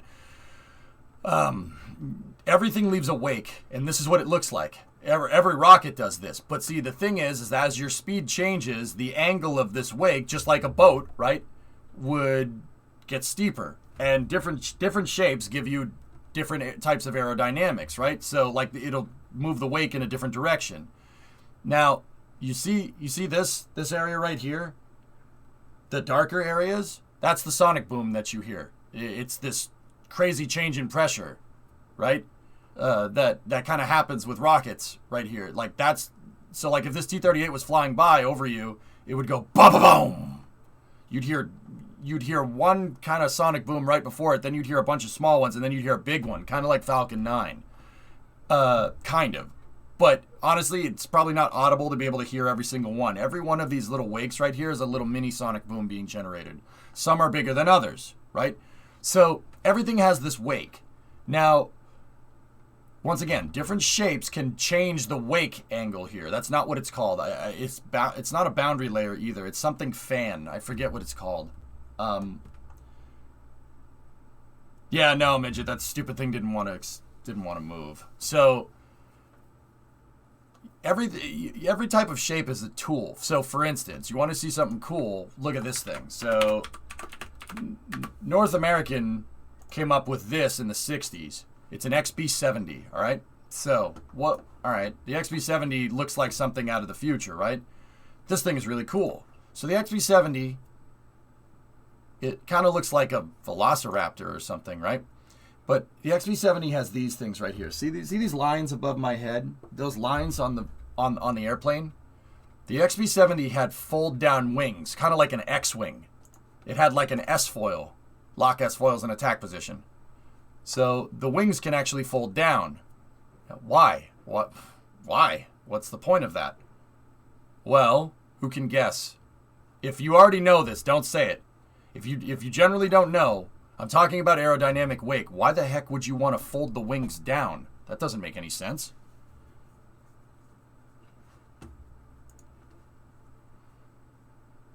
Only fit. Yeah, Mason, that's what it's called. Speed brake? Well, a speed brake isn't going to work folding like this, Ice. You'd want the speed brakes to be perpendicular to your aerodynamic flow, right? Not these things folding down to the side. That's not really going to change anything. So I just received my semester results. Y'all are about to get a live reaction. Oh, geez. Bend the air to your will. Change the angle of the wake to hovercraft it, directing the wake. Squidman, you're right. It directs that wake. So the XB70 uses a phenomenon called compression lift. You see that very pointy part right here at the front of the intake? See that right there? Pointy. What's that going to do? At high speed. What's the pointy thing going to do? You're going to channel that wake at a very steep angle. Right? It's not going to be off to the sides like the T-38, right? At very high speed, this wake is going to go this way. And because it's pointy, it's going to be at a steeper angle. Now, once again, the wings fold down on the XB70. They fold like this. If we're looking at the plane from the front, they fold down. The XB70 channels that wake. It has a pointy intake right here to channel the wake simultaneously into the engines and also underneath the wings. That right there is a trimaran for air.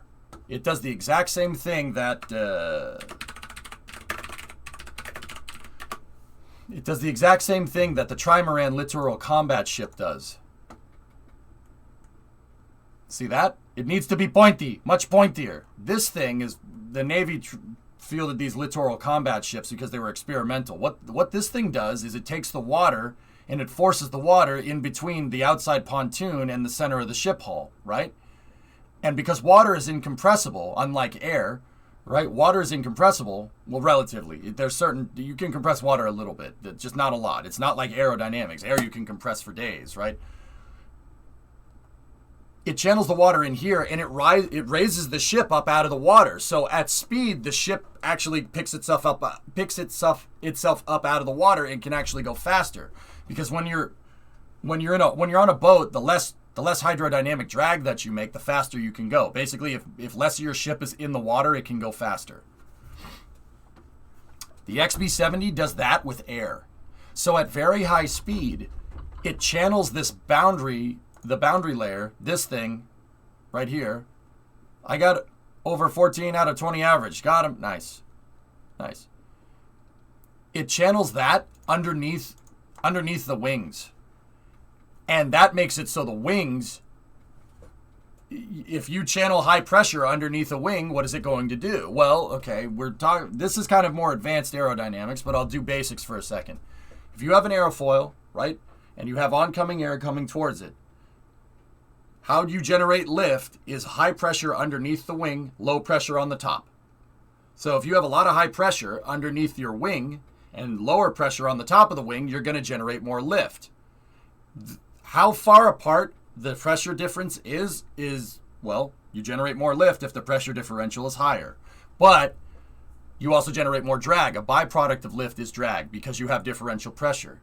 It's all about air pressures here, guys. So if you have high pressure underneath the wing and low pressure on the top of the wing, you're going to generate lift. That's how a plane wing actually works. This thing artificially makes insane high pressure underneath the wings at super high altitude when it's going super fast. Now, why is that? Why does that have advantages? Well, that means that the 6 freaking jet engines that are at the back of this thing can be used to make the thing go fast. They don't need to be used to keep the plane up in the air. These wings with the compression lift can generate like 10 times the amount of lift that a wing of this size would be able to generate. The XB70 would need like U2 wings if it wanted to stay up here at this altitude, right? And generate the amount of lift that this does. It's a trimaran.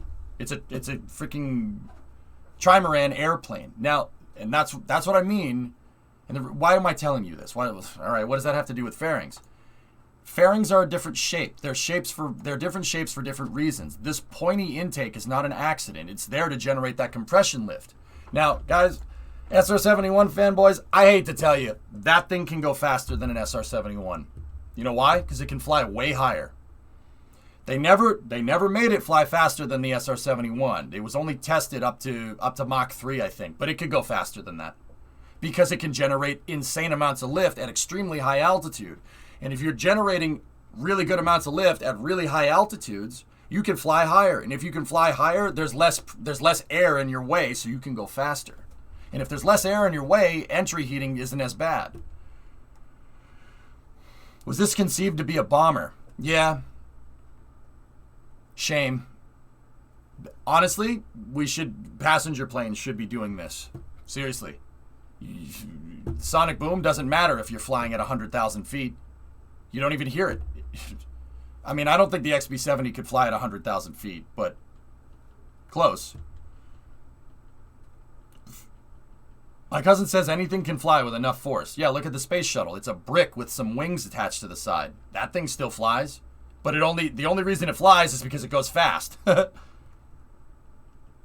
How far from an SSTO was this thing? An SSTO? Not even close. Yeah, not even close. Yeah, no, not even close. I don't know what the XB70's service ceiling was, but keep in mind, fellas, that the XB70 was tested for a little while. They never pushed it to its full test. They never pushed it to its full capability because they stopped testing. They canceled the program. But, I mean, let's see. Let's see what we got here.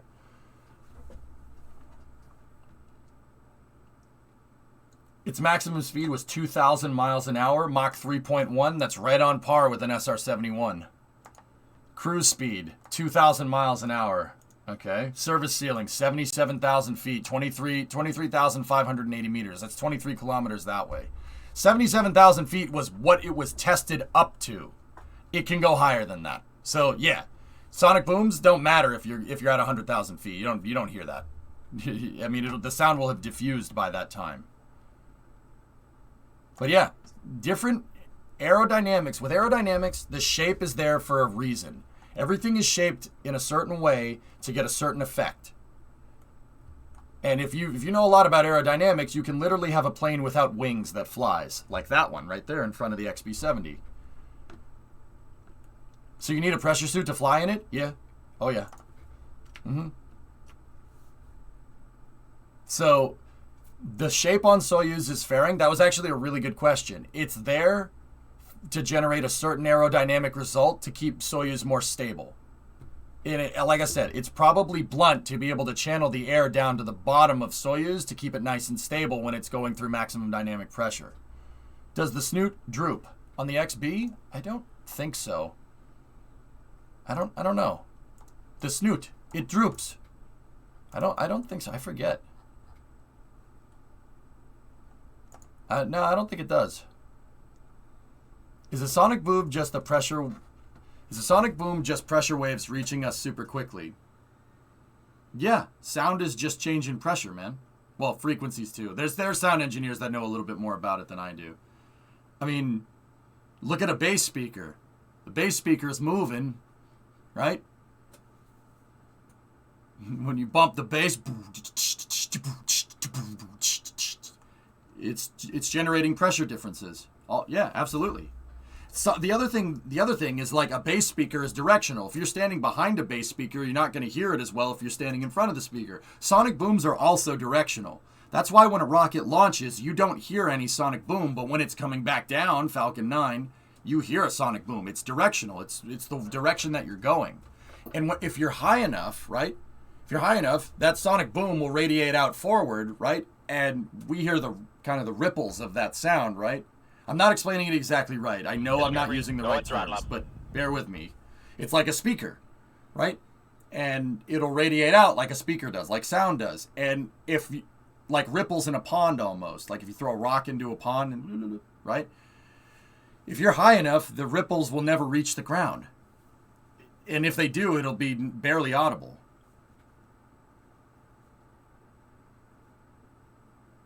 Bass speakers are directional unless they are in cars. Then you can feel them for miles while trying to sleep. Yeah, and the low frequency of bass drums can go through a lot of things. Bass propagates. That sound propagates a lot. I'll never think of fairings the same way again. Great question. Yeah. Maggie, 62-month resub. Thanks, man. How you doing? Now, dude, I'm telling you, aerodynamics is freaking magic.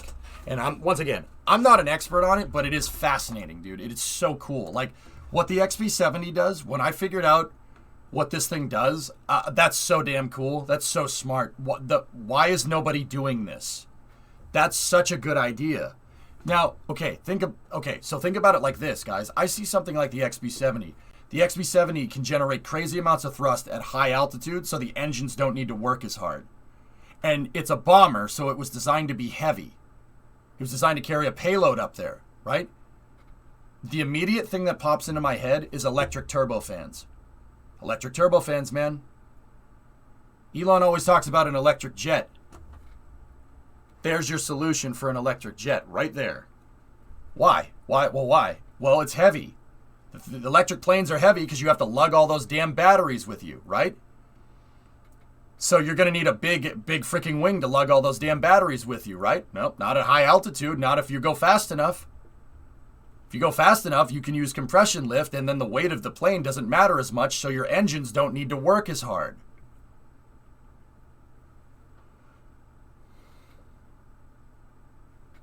Very well. Can't wait to catch up on Starship. Been under a rock lately. Maggie, Here. Maggie, all right. Take what you know about aerospace, and I know you know your stuff. Look at that.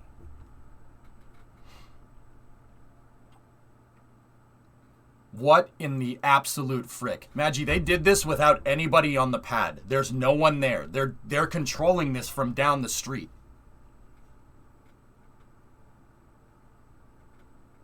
Unfrickin' believable, dude. I can't believe they got that QD to move into position and latch itself to super heavy and then crowned it with Starship automatically. That's unreal. No one's done that. Yeah, the lights are all the drones buzzing around. SpaceX did it in steps. They raised it up and then they stopped, and then they raised it a little bit more, and then they stopped again, and then they rotated it a little bit, stopped, and then they rotated it all the way, then stopped, and then moved it down, stopped, and then move that into position, stop. Like, this is fine, but wait until they catch it. Dude, I don't know how that's going to work.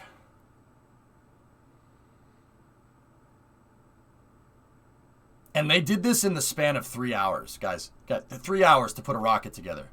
A super heavy rocket. 3 hours. Dude, that's magic. That's freaking magic. My mind... Like, I know it doesn't look like much. It's like, oh, okay, you lifted it up and put it on. What's the big deal about that, right? That is, dude, If I didn't know much about space, I'd probably look at it and be like, okay, cool, they put the rocket together. What's the big deal about that? The fact that I know what most of this stuff does that's when I'm like, jeez, man.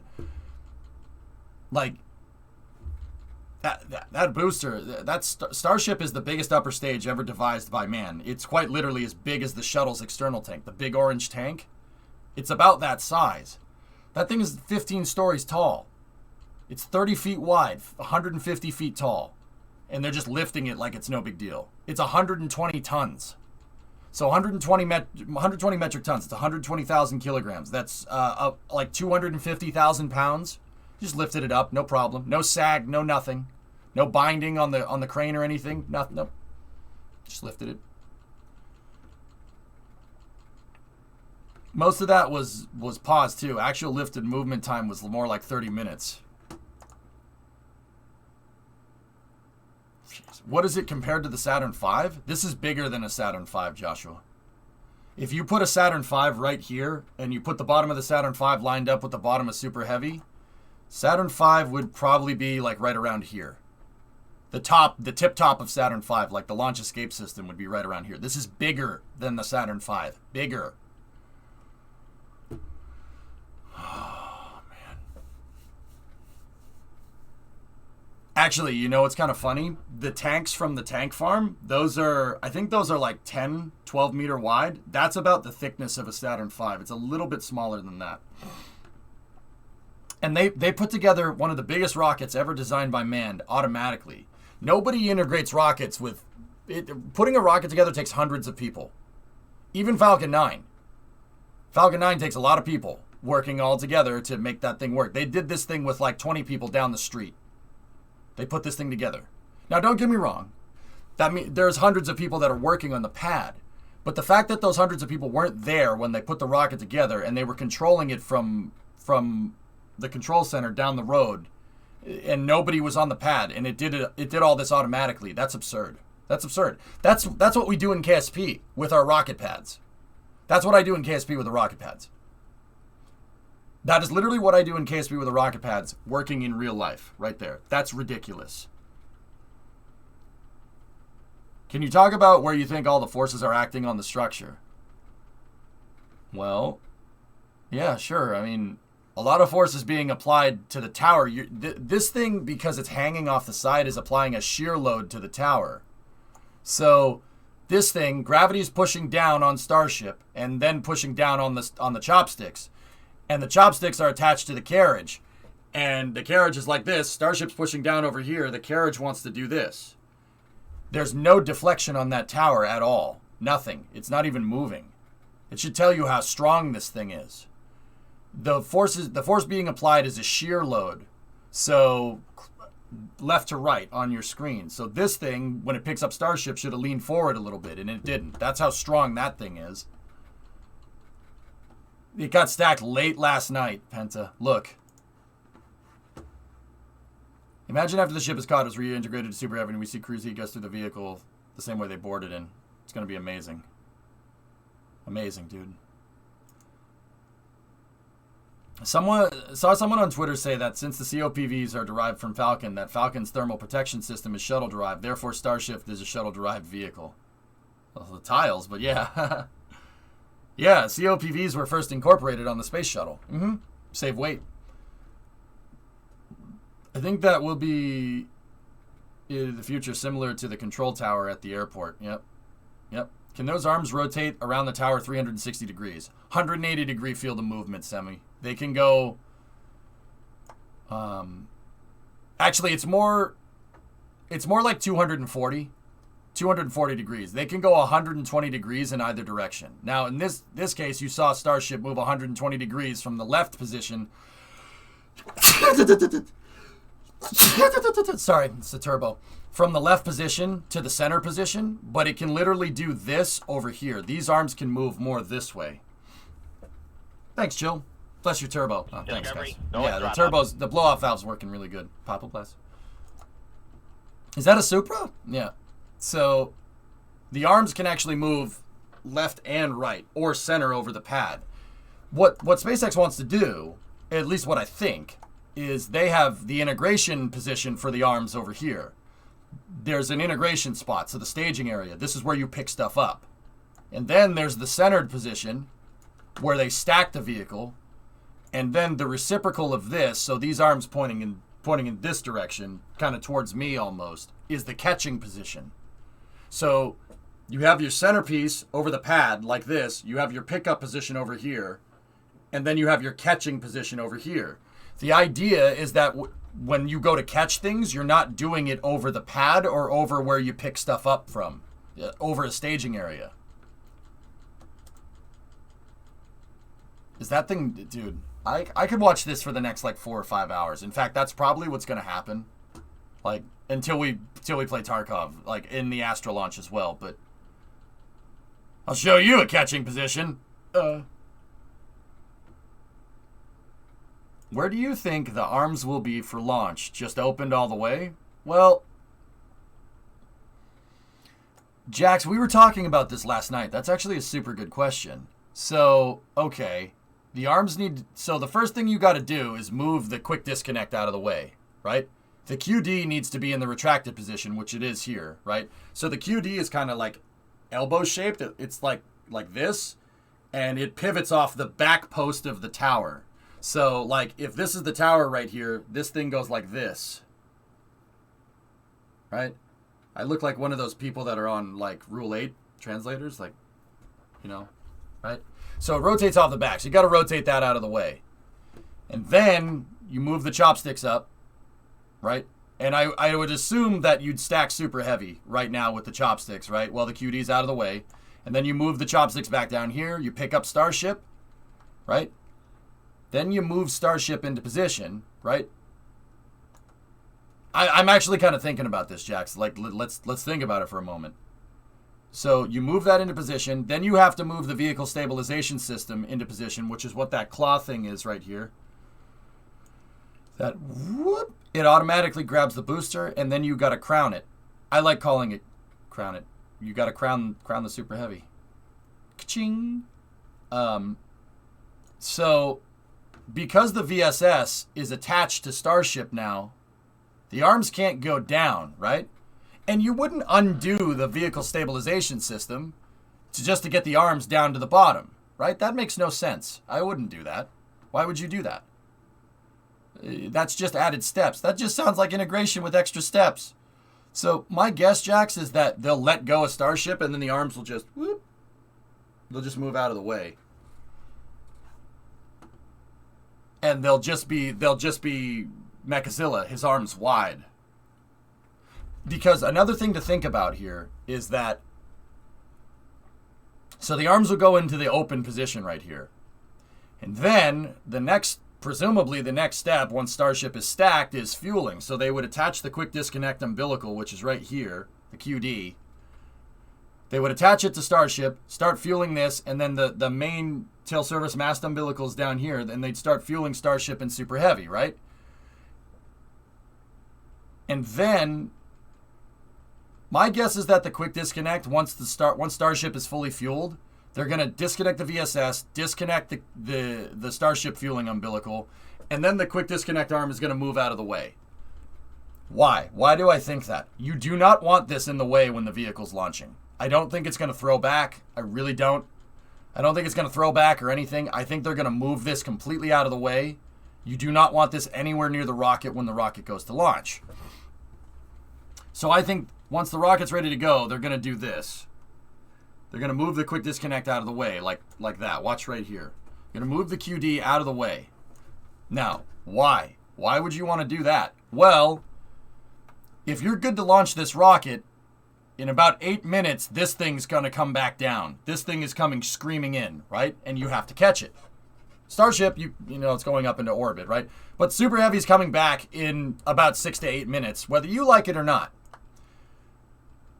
The reason why I think the QD is going to move completely out of the way is because if this thing has some kind of malfunction, Super Heavy's coming back whether you like it or not. It doesn't make any sense to keep that thing anywhere near the rocket when it's launching. You want this completely out of the way so the chopsticks can move up and down like this to be able to catch the booster correctly. Right? So I think that the quick disconnect is going to move out of the way.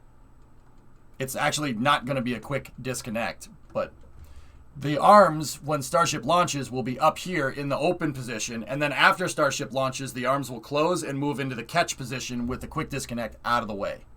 And then they'll catch Super Heavy and then rinse and repeat the process. They did not move the booster with the chopsticks, no. My guess why they didn't do that, Jonas, is 1, they want to get Starship ready for the presentation tonight, and 2, you don't test this thing by picking up the heaviest, most expensive part of the booster of the rocket. Test with the lighter thing first, right? You did your load simulator test. Now test with Starship first, Super Heavy second.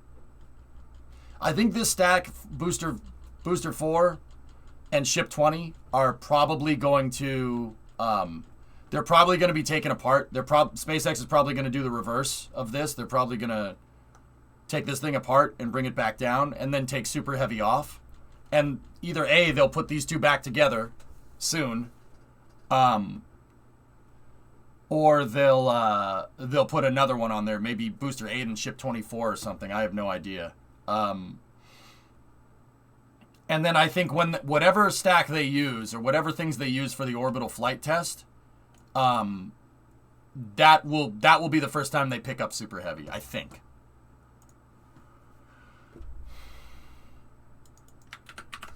What is this?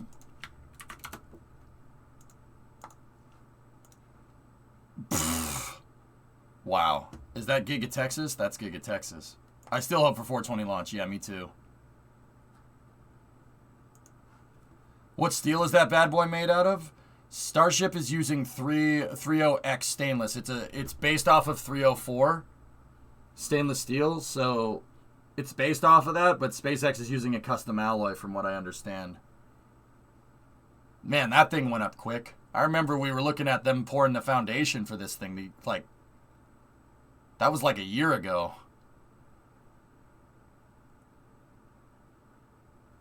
Yeah, Ismic, the autonomy is what's getting me. That's what makes my brain go potato. This would be impressive. This would be impressive without the automation. The fact that this thing just willy-nilly picked up Starship and moved it around and put the stack together without any human interaction on the pad is, dude, that's huge. It's huge. I'm sorry, that is ridiculous. It's ridiculous. Is Cybertruck made from the same thing? I think so, Ray, actually. What's going to happen if they detect a malfunction in the chopsticks just after launch? Well, Ameth, once again, with rocket science, chance favors the prepared, okay? So, what does that mean? Starship is designed to be put together quickly, okay? So if it's put together quickly, that means the chopsticks should be able to put this thing together, and it should be launching pretty much like right after the chopsticks put it together. Fueling is probably going to take 45, maybe an hour. So the chopsticks should move. Now, see, here's the thing. With aerospace engineering, you don't try to anticipate the failure. You try to prevent it. So you ask, and which is a good question. It's a fair question. You know, what's going to happen if they detect a malfunction with the chopsticks after it launches? Well, what I would do is I would test the chopsticks, just do this right before it launches, just to make sure that they work, to verify that they're working, and then launch the vehicle. I would make sure that the chopsticks are working. Because, yeah, you're right. If they end up malfunctioning after the rocket launches, well, Super Heavy's coming back whether you like it or not, right? So you probably should make sure that those are working. But to answer your question, if they malfunction and Super Heavy detects that they malfunction, yeah, it's probably going to ditch. It'll probably ditch in the water, in which case you lost Super Heavy, which sucks. You really don't want that to happen. So that's what I mean about being preemptive. And this is why I'm theory crafting out the integration, how I think it's going to work. Because this is the way that's literally the most idiot-proof. Now, don't get me wrong, I know about Murphy's Law and stuff, but these are rocket scientists we're talking about, and engineers. They're not stupid, right? I know Murphy's Law, but Murphy's Law, I think, applies to the layman's. It doesn't... it still should apply to engineers, too, but... Ameth, what I think they should do is test the chopsticks right before launch. And then send it. Because, Yeah, it should work. The rocket going past it shouldn't mess up the chopsticks at all. It might. You don't know. Like, that's an unknown. We don't know what that's going to do. Just set up an emergency static stand. Yeah, Maggie. Or multiple pads, right? That's what Chris said right before it. Yeah, and it's like, once again, you have to kind of hedge your bets, right? Like, that's... Starship is going to have multiple pads in the future, so if one malfunctions, it should just be able to go to another one. Like, it should be able to divert, like an airplane. And I'm pretty sure that starships will be able to do that as well. They should be able to divert, like an airplane. Just like the space shuttle had a bunch of abort landing sites. Same idea. In the future, they'll probably have redundant towers and we'll just be able to choose. Yep, I agree, Vasya. That makes the most sense. That's very well thought out. Because once again, SpaceX wants to make this work like an airplane. It has to be as quick as an airplane. So an airplane, if it's flying passengers, it lands at an airport, offloads the passengers, offloads the luggage, the crew cleans the plane, right? They fuel the plane up. The pilots, if they're on a different leg, they'll leave. New pilots come. They do a pre-flight inspection around the plane, right? Make sure all the systems on the plane are working fine. They get back in the plane. New luggage comes in. New people get on the plane. Plane is fueled. You leave. Gate closes. Plane rolls back. Take off, right? Taxi and take off. You don't take off from the taxiway. Some guy tried to land on it once and it didn't work. Did it, Chewie? So, what does that process take? An hour? Starship needs to be that fast. That's what SpaceX is trying to do. So, we got to think about this like airplanes. So, what's the best redundancy for an airplane? Altitude, first and foremost. I don't think we need to worry about that one with Starship. And secondly, multiple runways. Planes can land planes can land anywhere. There's thousands of runways everywhere. Thank you, defense spending. Anyway, so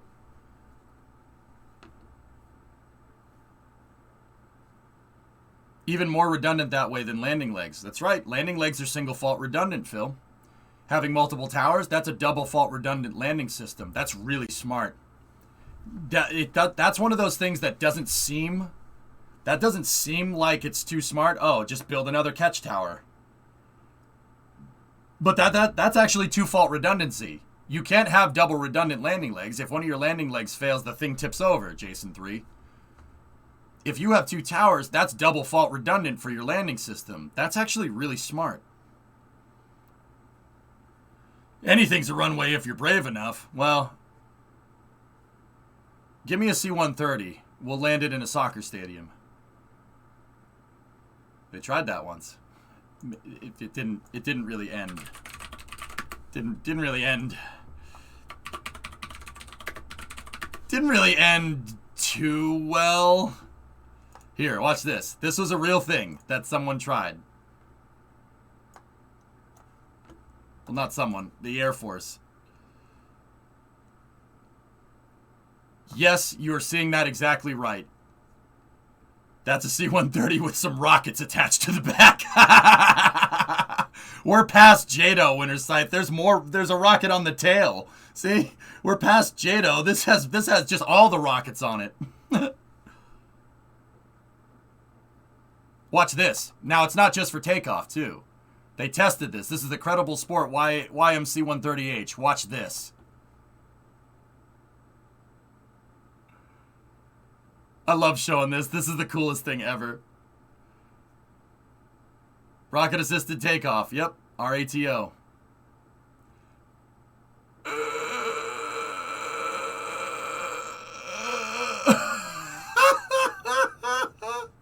Is this not the one that failed? Well, it survived that one. Watch. Yeet! Hit the brakes! Oh my god. Vasya, keep watching. Watch this. Standing start. Ready? Bye-bye. What the frick? That's so ridiculous. Don't need a runway if you just strap a bunch of rockets to your C-130. Yeah. All the tests were going real well until this one. Yeah. Link, please. Sure. Yeah, all the tests were going real well until this guy right here. Oh, watch the right wing. Up. Up. Up. You okay? Hello?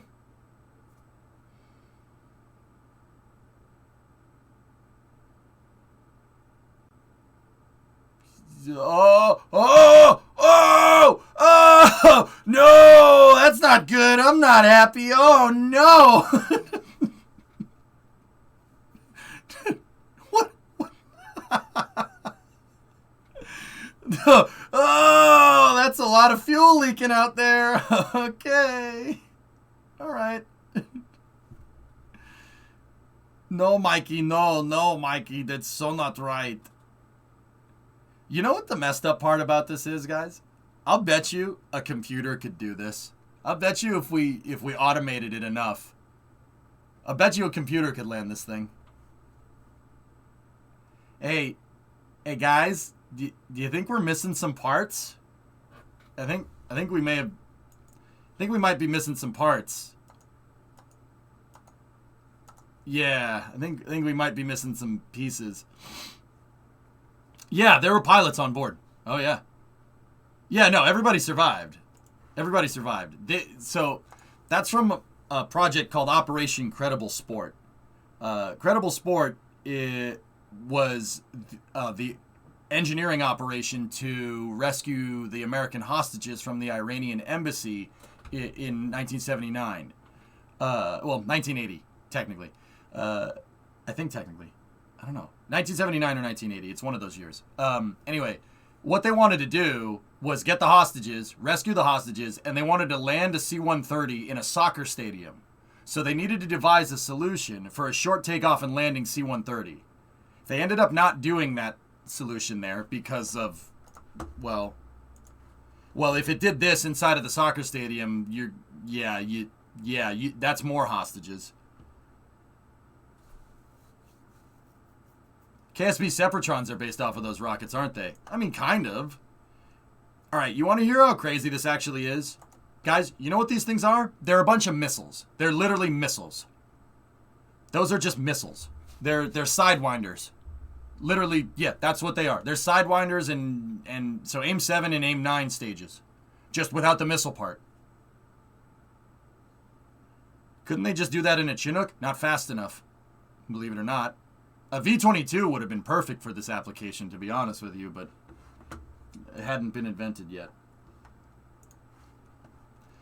Do those missiles know where they are? No, they're dumb. They don't have any electronics on them. There's no guidance system. The guidance system is sitting in the left and right seat right there.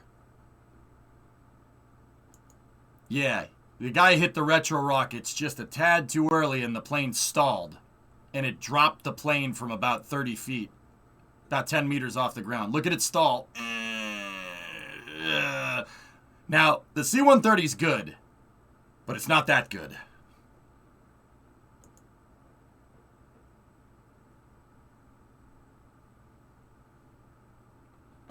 I think with a computer that could be automated. That could be done. Yeah, it could be done. They tried, the Chinook crashed into the C-130 meant to carry the hostages and 3 people died. Yeah, well, yeah. Not our finest hour there, Hazanku, huh? Sir, the fiery end is pointed the wrong way. Yep. Could have been saved if they hit the bottom firing ones. Maybe, Katra, but you got to remember, you fire them too early, you stall like that. You fire them too late, your C-130 tries to be a rocket. Yeah, that's why I say a computer with some type of closed loop guidance system could probably get that done nowadays. But that would be cutting edge even by today's technology. You literally just need to somehow hotwire a missile's guidance system into a C-130. And once again, not saying it's impossible.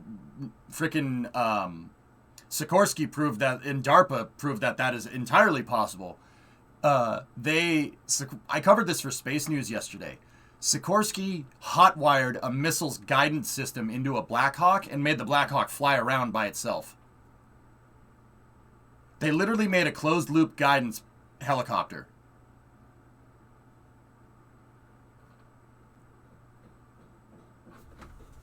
I'm not kidding. So, we were looking at it, it's like, oh, that's kind of cool, I guess. Like, it's kind of neat, right? Like, here, hold on, I don't want to blow your ears out with the sound. It's kind of neat, like, oh, it's a remote control helicopter. We've never done this before. No, it's flying by itself. The Black Hawk knows where it is because it knows where it isn't. They hotwired a missile guidance system into a helicopter, and it flies around by itself. And not only does it fly around by itself, it can fly around obstacles and stuff by itself, which is, that's nuts. Yeah, right, Ren? There you go. Great minds. Why would they do this way now, though? Why not use Black Hawks like in Neptune Spear? Bauxy, I don't know. I'll be honest with you. I have no idea what the application is here. I don't know. I don't know why you'd need a helicopter guide, like a helicopter with a missile guidance system inside of it, unless you wanted to, like, kamikaze the helicopter into something with nobody in it. And that doesn't... Look, that might be good for some people. That doesn't sound very American to me. That doesn't sound like us. Now, what does sound American, right, is taking this technology and using closed-loop guidance systems to, like, make it so the crew can sleep on the helicopter while they're flying out to the target, so you don't end up having your helicopter pilots awake for 36 hours straight. So you take a nap while the helicopter's literally on autopilot, and it's not just dumb autopilot. The thing will, like a Tesla, it'll just close loop. It'll just fly around things, fly around weather, fly around this, fly around that. My guess is to reduce fatigue on the pilots. That would be my guess. That sounds American to us. To me, not us. That sounds like us. That's what I'm trying to say. That sounds like something we do. Have the helicopter be a Trojan horse and deliver a huge bomb right into the enemy base. I mean, Swishio, like, I'm not trying to flex, but we invented things. Americans invented things to do that a long time ago. Yeah, it's called a Moab, and it doesn't need. Yeah, it doesn't need to be attached to a helicopter. Yeah, we invented stuff like that a long time ago. If it's one thing we're good at blowing things up. We're pretty damn good at it. Which helicopter flies 36 hours? Switchio, Blackhawks can in-flight refuel. They have a fuel boom on the front. They can fly indefinitely. As long as the pilots don't get fatigued, you can just keep refueling. Yeah, grid fins. Hypersonic control surfaces. SpaceX didn't invent those. Those have been around for a long time. Yeah, not just with American stuff.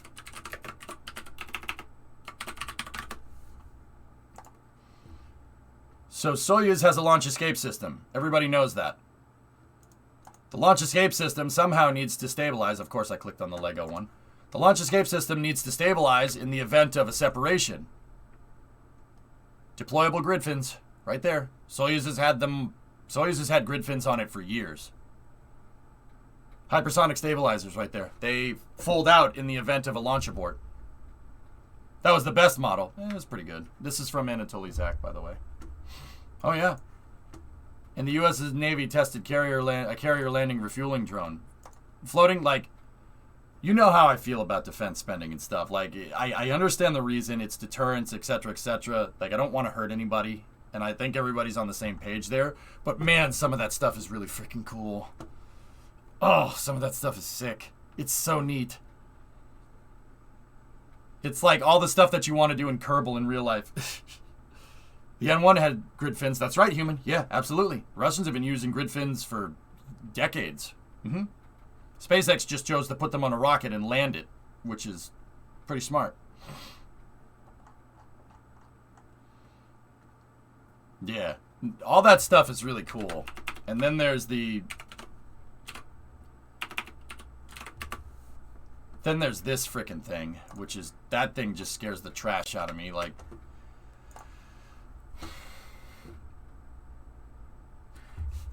anyone ever played StarCraft? Protoss carrier? Yeah, that's, yeah. Protoss carrier. Yeah. Mm-hmm. Protoss carrier. That's what that thing is. You know, the Protoss carrier deploys all those drones, and the drones just mess stuff up. Yeah. Protoss carrier. Yeah. Yeah. Yep. You want to know the reason why the F-35 is, one of the reasons why the F-35 is so expensive? Guess what the mothership is? Guess what's controlling everything? F-35. True story. Pretty crazy, right? The F-35 is designed to... You could launch one... You could have one pilot flying around with an F-35, and then the carrier or whatever can launch like 30 of those things, of XQ-58s, and the F-35 can control them. Yep. It can control them. Yeah. An entire squad. One guy controlling an entire squadron of drones. Literally Protoss carrier. Yep. Whew. Yep. Yep. That's crazy. That's crazy, dude. It's literally drones. All you gotta do is say, oh, attack that guy. Swarm. Like, that's nuts, man. That is... Like, once again, dude, you know, it's a cool toy and should, you know, you don't want to actually use the thing, but that's still pretty neat, you know? You never want that to happen. But anyway. Yeah, man, a bunch of cool stuff like that. That helicopter's really neat, I'll be honest with you.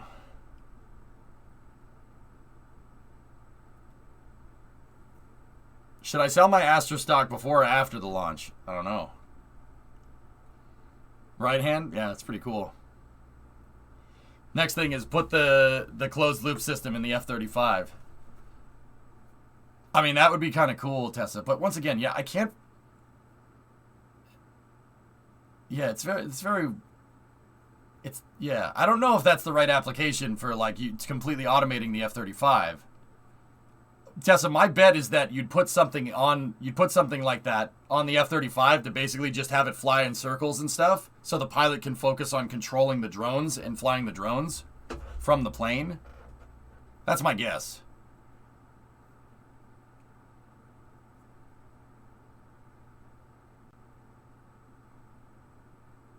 The F-35 can be unmanned and fly autonomous. It's crazy. Or high bandwidth control and VR from the carrier. Can you imagine, man? That's some Star Wars stuff, dude. That's unbelievable. Plans for tomorrow? What's that? What's that, Chris? Tomorrow at 11 a.m. Eastern Time, join us for a discussion where the NASA Web team will give updates on the progress of aligning the telescope's mirrors and share early imagery that shows how the team has identified starlight through each of Webb's mirror segments. At 11? Oof. I'll try to be around for it, sure. Not sure, Chris, I'm fairly confident that I am going to... I'm fairly confident that I am going to probably be up a little bit late tonight.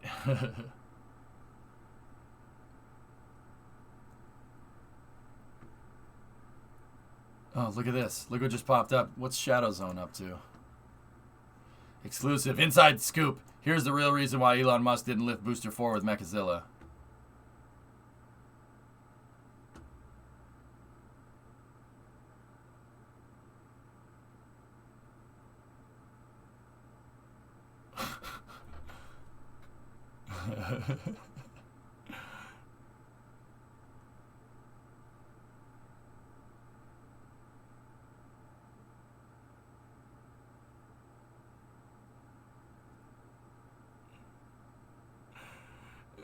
See what I mean? Like, I get it. This is just Shadow Zone's thing, but you see it bound up. That's what I was talking about. The fact that the thing didn't bind up and do this right there is pretty good engineering out of the gate. I'll be honest with you. can make this. Everybody wants me to try it. I can make this. We can make Mechazilla. I can make that. Yeah. Yeah, I should be able to. I'm not saying that I can do better than Shadow Zone because, yeah, mine's probably going to do the same thing the first time around, but I can make that. So Icarus while watching NASA's stream. No, Tessa, no more Icarus. Yarg ruined that. Yeah, I'm not playing Icarus tomorrow. Yeah, Yarg was pestering me too much about it, so yeah, we're not playing it. What? I'm serious. You could go pick a fight with Yarg. Feels bad, man. No, maybe. I don't know. We'll see. It's hard to talk to like voice with you guys in Icarus and also listen to the presser at the same time because I'm stupid and slow and I can't multitask like that. So chat, like pay attention to chat, pay attention to this, pay attention to this. That's a lot. That's a lot of stuff. Do you happen to know how the aft momentum flap on James Webb works? I'm unable to find a good answer. Sure am. Yeah, well, the aft momentum flap, it's a control surface, like on an airplane. Stabilizer, like on the back of an airplane. Same thing. But it's designed to trim out James Webb because of solar winds. If you've watched Starlink or been following SpaceX recently, you know that some of SpaceX's Starlink satellites had a geostorm hit them. Now, what does that mean? You know, I think geostorm, and I think, you know, the satellites got struck by lightning or something. That's not how that works. What happens is that some solar wind hit the satellites. Some solar wind hit the satellites when they were in their parking orbit, and it was enough to perturb the orbit, to screw it up, to put them in a decaying orbit. Solar winds do happen. Now, what's solar wind? What the hell is that? Like, what? So there is wind in space, but it's not air blowing around. It's ionic radiation. So radiation blows around in space like wind. This radiation comes from something called a CME. What's a CME? It's a coronal mass ejection. Okay? So what's a coronal mass ejection?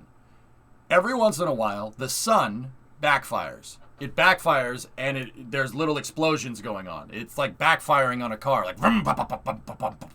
Right? Same kind of thing going on. It backfires. And when it backfires, it ejects sun, basically the exhaust. It's the exhaust from the reaction of the star, right? Which is ionic radiation. It ejects some of that out of the sun's gravitational pull. Inside of the sun's gravitational pull, right? So like this would be like a decaying orbit around the sun, which means if you're even that close, I hope you have some way to cool the thing off because it's probably going to melt. Where the sun's gravitational pull kind of stops, like pulling this ejecta back in, like anywhere beyond that is that's called the solar corona, right? So it's a ring of just radiation around the sun. Every once in a while, the sun backfires and it shoots some of this out into space. Now, this ionic radiation is still mass that's flying through space. It's stuff. There's particles, the radioactive particles that are just being spewed around in space. These things can hit satellites, and not only radiation, that's not good. That'll do bad things for the electronics, but it also can perturb it, like wind. Like wind blowing on a sail. Same thing. James Webb being out where it is can get hit with solar winds, right? Just like the Starlink satellites got hit with solar winds. It didn't fry the Starlink satellites. What happened is it pushed them in the wrong direction to get sucked back into Earth's gravity well. That's what happened. It got hit by solar wind at the wrong time. Space meteorology is a thing. The weather changes in space, but it's not like the weather down here.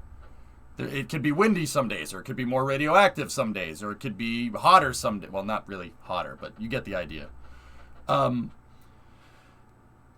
So James Webb's aft control flap is a control surface like on an airplane. What is it doing, though? They set the pitch on the control surface to be able to collect some solar wind and keep James Webb from being blown around like a leaf in the wind in space. It's absolutely a thing. Oh, yeah. They got to keep that thing stable if it's staring further off into space. And the farther it stares off into space, the more stable it needs to be.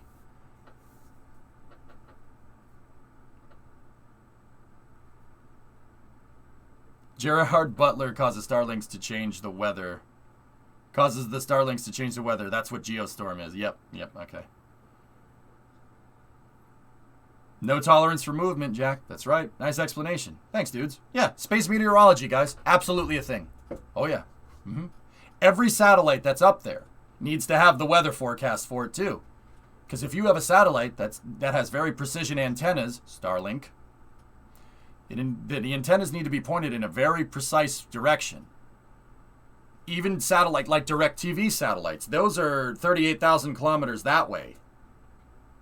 They're 23,500 miles up there. I don't know if those are the same. It's tough back converting in real time, but 23,500 miles that way. Imagine how precise those antennas need to be. And at every waking moment, all the time, solar winds can hit it and it can move it out of position. And then they have to use thrusters on the satellite to push it back into position. This is why satellites have service lives. Because there's perturbing forces. Anytime the moon comes around and gets near these satellites that are in geo, it pulls it towards it just a little bit. And then the thrusters need to correct it and put it back into position. Satellites have shelf lives because they run out of fuel. They run out of fuel. They can only station keep, and they only can use the thrusters so much to stay in the same spot before they run out of fuel and they just fall out of orbit. Well, not fall out of orbit. They move. What they usually do is when they're running low on fuel, they take the satellite and they eject it into an orbit that's not in the same position. They put it in a graveyard orbit, and then they send another satellite up to take its place.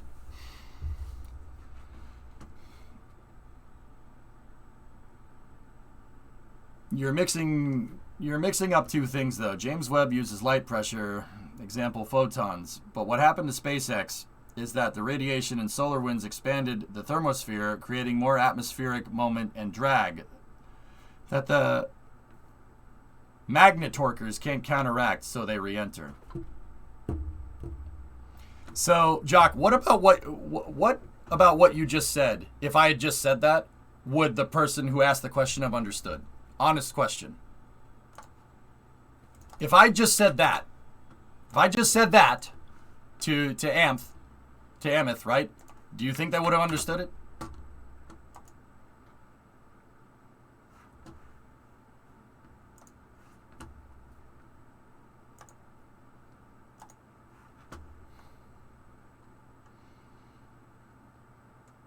Your explanation works better. Well, Tesla, you can go give your explanation on your stream, okay?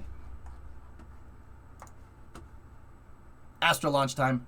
Sure. So first, to speak a little bit about the abort that happened on Monday. Hey, Sim, what's going on, man? I got alert, but happy to see you on. Right on, brother. We learned that the abort was due to the rocket detecting latency in our internal telemetry communication, and it was a bit longer than we typically experience. We determined that it was unlikely to have impacted flight, but felt that it needed further review. And after this review, the team was able to identify the probable cause and potential effects and run some simulations to determine that an impact to flight was unlikely, and also test some adjustments to improve the latency of the system in preparation for our launch attempt today. So we believe we have solved that issue. And now, more directly to the question, our system is actually designed for multiple ignition events. So we complete a static fire of the vehicle. It's our last major test of the full system. Essentially, we run through our entire countdown procedure, load propellants, light the engines, I agree, and Scott. run them the for rocket a few seconds, cool. and essentially I'm do everything listening, except guys. That's why I'm not actually talking. I'm listening to what Carolina the rocket. is saying. So we do design the system to be able to complete multiple ignition attempts, multiple launch attempts without damage or issue. Okay. Excellent. We're actually hearing that teams are getting into final software config loads now, so let's go back in and listen to the countdown net as those steps are completed at 27 minutes and counting. Victor 1-5 on engine alpha. Good load. Engine Bravo 175, Victor 1-5. Loading config 175, Victor 1-5 on engine Bravo. Good load. Engine Charlie, 176, Victor 15. Loading config 176, Victor 15 on engine Charlie. Yeah, their mission director has a mohawk, Good dude. load. And Engine googly Delta, eyes on the computer. 177, Victor 15. Loading config 177, Yeah, that's in Alameda, Victor Vin. 15, engine Delta. Good load. Engine Echo, 178, Victor 17. Loading config 178, Victor 17 on engine Echo. Good load. And they just talked about Ether, it, Mr. please Vaughn, but I provide think an updated we late load missed it. config if you have one. Ether late load config. They saw something with the telemetry that they didn't 183 like. Victor 8. Loading config 183, Victor 8 on Ether. Good load. GNC, do we have a late load config? Yes. 5 Victor 148. Loading config 5, Victor 148 on guidance. Good load. Tango in VB1, turn on off PDBs. Please run a GNC setup. GNC call out. That's when right, complete. Photon. Yep. I'm not sure, Toggling Katra. I don't GNC know setup. all the seats in mission control. How far will this be seen? I don't know. I don't know what the trajectory is, Kuro. Yeah, Sarita, right? So, guys, the cool thing about the Astra's rocket, and I always say this every time we see it, but so you see the generators right there? The generators, and then you got a couple of fuel tanks right there and a couple of connexes. You see these shipping containers right here? 1, 2, 3, 4, 5, and 6 for the 2 fuel tanks. And you see how the fuel tanks are also kind of look like shipping containers? The entire pad can be transported in 4 shipping containers with the rocket. All of it can fit inside of those connexes over there in 6 trucks. It takes 6 guys to set the pad up. And don't get me wrong, Astra's a very small rocket. It's a very small rocket. It's small enough to fit in a shipping container, right? But Astra's whole thing is that they can literally set up shop anywhere. All they need is a couple of generators for some power and a couple of fuel, a couple of fuel containers and oxidizer containers, and even those can be delivered by a truck. The whole idea is to be able to set up anywhere, anytime, any place, and launch the rocket. That's a pretty unique capability for an orbital launch company. That's pretty cool. How many trucks and people for a V2? Not very much. The V2 is kind of the same idea. The V2 is also very simple. This is more complicated than that thing. The V2 has 1 engine in the first stage and it's suborbital. This has 7. There's 6 in the first stage and there's 1 in the second stage, which is, once again, it's an orbital launch vehicle, right? The V2 probably has about the same amount of people if I'm remembering correctly. But also at the same time, a V2, this goes way further than a V2 rocket does, which is unbelievable. It's a northeast trajectory. Thanks, Tech. Yeah, see, there it is. On the left side of your screen, you can see the expanded view of our rocket. We'll start from the left. That is the engine bay. You can see 3 out of our 5 first stage engines, the Delphin engines. That's 5. I said 6. They I'm sorry, are guys. electric pump-fed engines, each producing a thrust of 6,500 pounds for a total of 32,500 pounds of thrust on the first stage. The next large section is the first stage tanks.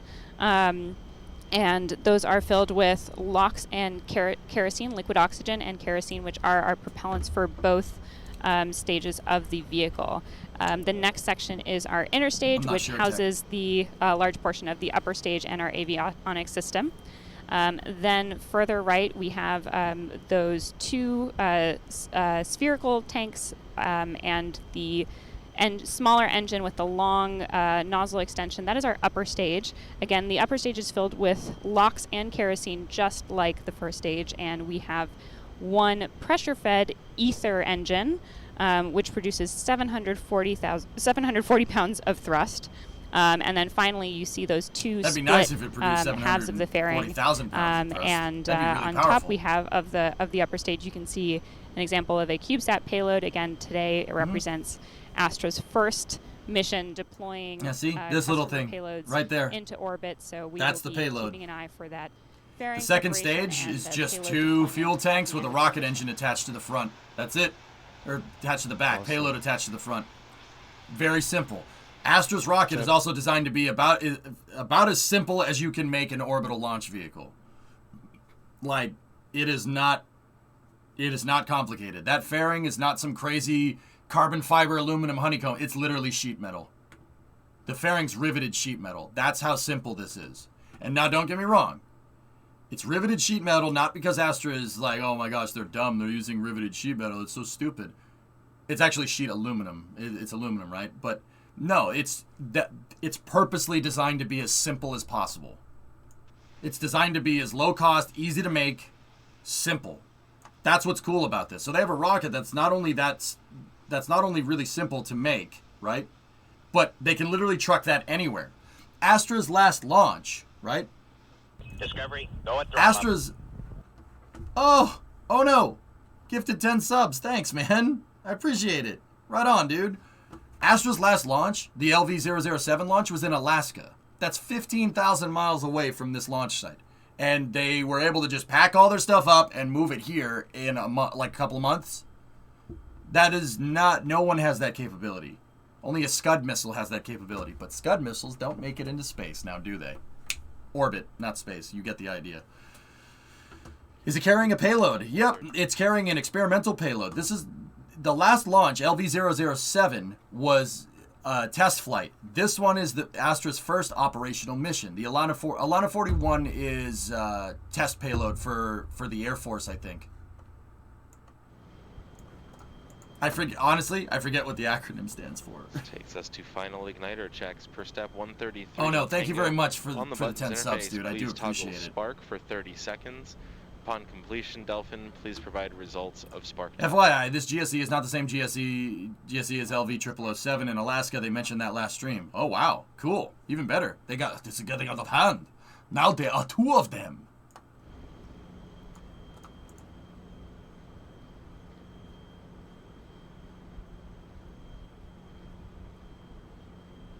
Congrats to all that got a sub. Twitch selected you because you are awesome and hanging out with EJ and being cool. Oh. Okay. Right on, man. Thank you. Toggling off Spark.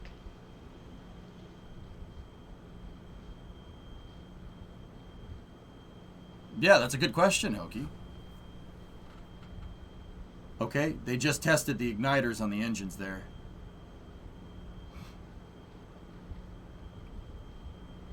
Be excellent to each other and party on, dude. Yeah, indeed. Delphin, please. It's a great emote, Dr. Death. Delphin confirms good spark. So Delphins you. are their first stage engines. I said there were 6 before. I didn't get that right. There's 6 engine total. 5 Delphins in the first stage, and then another engine in the second stage. Test, so igniter tests have been completed, and the countdown steps are proceeding nominally. We're just about to cross T-minus 19 minutes and counting. Everything going well so far. What you were listening there was the mission control teams in Alameda, California. Something with the telemetry that they didn't like, Neo. And Kaylina, can you walk us is through live, who Rings, those yes. team members are and their various responsibilities today? Sure. So this we rocket just is more have this successful graphic than that has popped Starship. up with their names. We'll start from Not wrong. the top left today. So we have Rose Jornalis, who's our flight safety. The flight safety officer is responsible for making sure that we are following Everyone should do our this. trajectory. Then Christopher Rossi is our GNC guidance navigation trajectory. So he's the one who is keeping an eye on our winds and making sure that we are safe to launch and follow our planned path. Nice. Claire Gauthier is our vehicle controller, who with the call sign of Tango, and she is the one who is doing the steps to load the software on the vehicle. She's the one too many Chris's, who is I've decided. the operator of our launch system. Chris May is our command and data handling, or CDH, and he's responsible for monitoring and adjusting any of our state machines which operate our system. Hill Hudson is our Flight Activities Officer, or FAO, and he's responsible for GNC documenting guy has an X-52 on his desk. completion of our procedure. Chris Hoffman is our flight director who oversees and directs launch vehicle operations following the countdown manual, and he can call, hold, recycle, or abort as required. It's an older X-45. And then we don't have a tag for Eric Steinberg, known as Steiny, who is our IT and network point person. Have you tried turning the rocket on and off again? As we move through the countdown, that works sometimes. The go no go poll, which is coming shortly. We have what we call the engineering backroom of the responsible engineers for each of the different systems on the vehicle and our ground support equipment, who are distributed throughout. They got into orbit on their last attempt, Capybara, yeah. And monitoring all. This is their first operational mission, dudes. In addition to those teams at Alameda, there's another team. Wait, I need to see those names again. I didn't have them all memorized. So Rose, Chris, Claire, Chris, Eric up at the top. Is that what they said his name is? Eric Steinberg, I think is what they said. And then Chris and Hill. Okay, so Rose, Chris, Claire, Chris, Hill. Got it. Okie dokie. Equipment for flight, and we were very grateful for them and hope they're enjoying I'm good at that. I'll remember weather, that. Which is much nicer than it would be in Kodiak this time of year. We have Ryan Hirschfeld, our safety officer. Adam Frisch is our red lead. Robert Freeman, Eric Larson, Sam Hirschap, Benjamin Whelan, and you guys, Rusty Howard. You guys got to remember, it's a NASA spaceflight cast.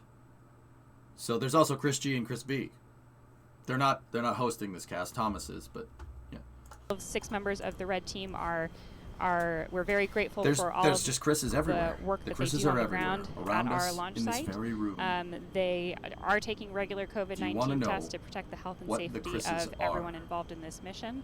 And thank you all. Huge shout out to you. For Chris' sake. Yep.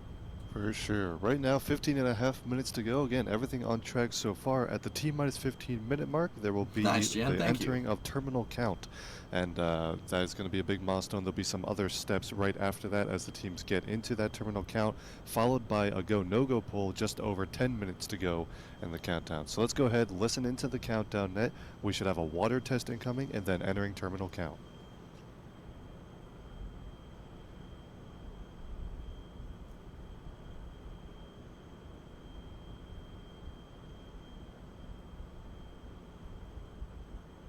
Rose, Chris. This takes us into Astra terminal Claire, count. This Chris, time, step 142, Hill. Tango. Confirm that in AV1 managed power systems, we are in ground power system authority. Confirm. So Mohawk Tango Chris is talking VB1, to turn Claire. on off PDBs. Please run a GNC self-test. GNC call out upon completion. Running GNC self-test. Boo, Neo.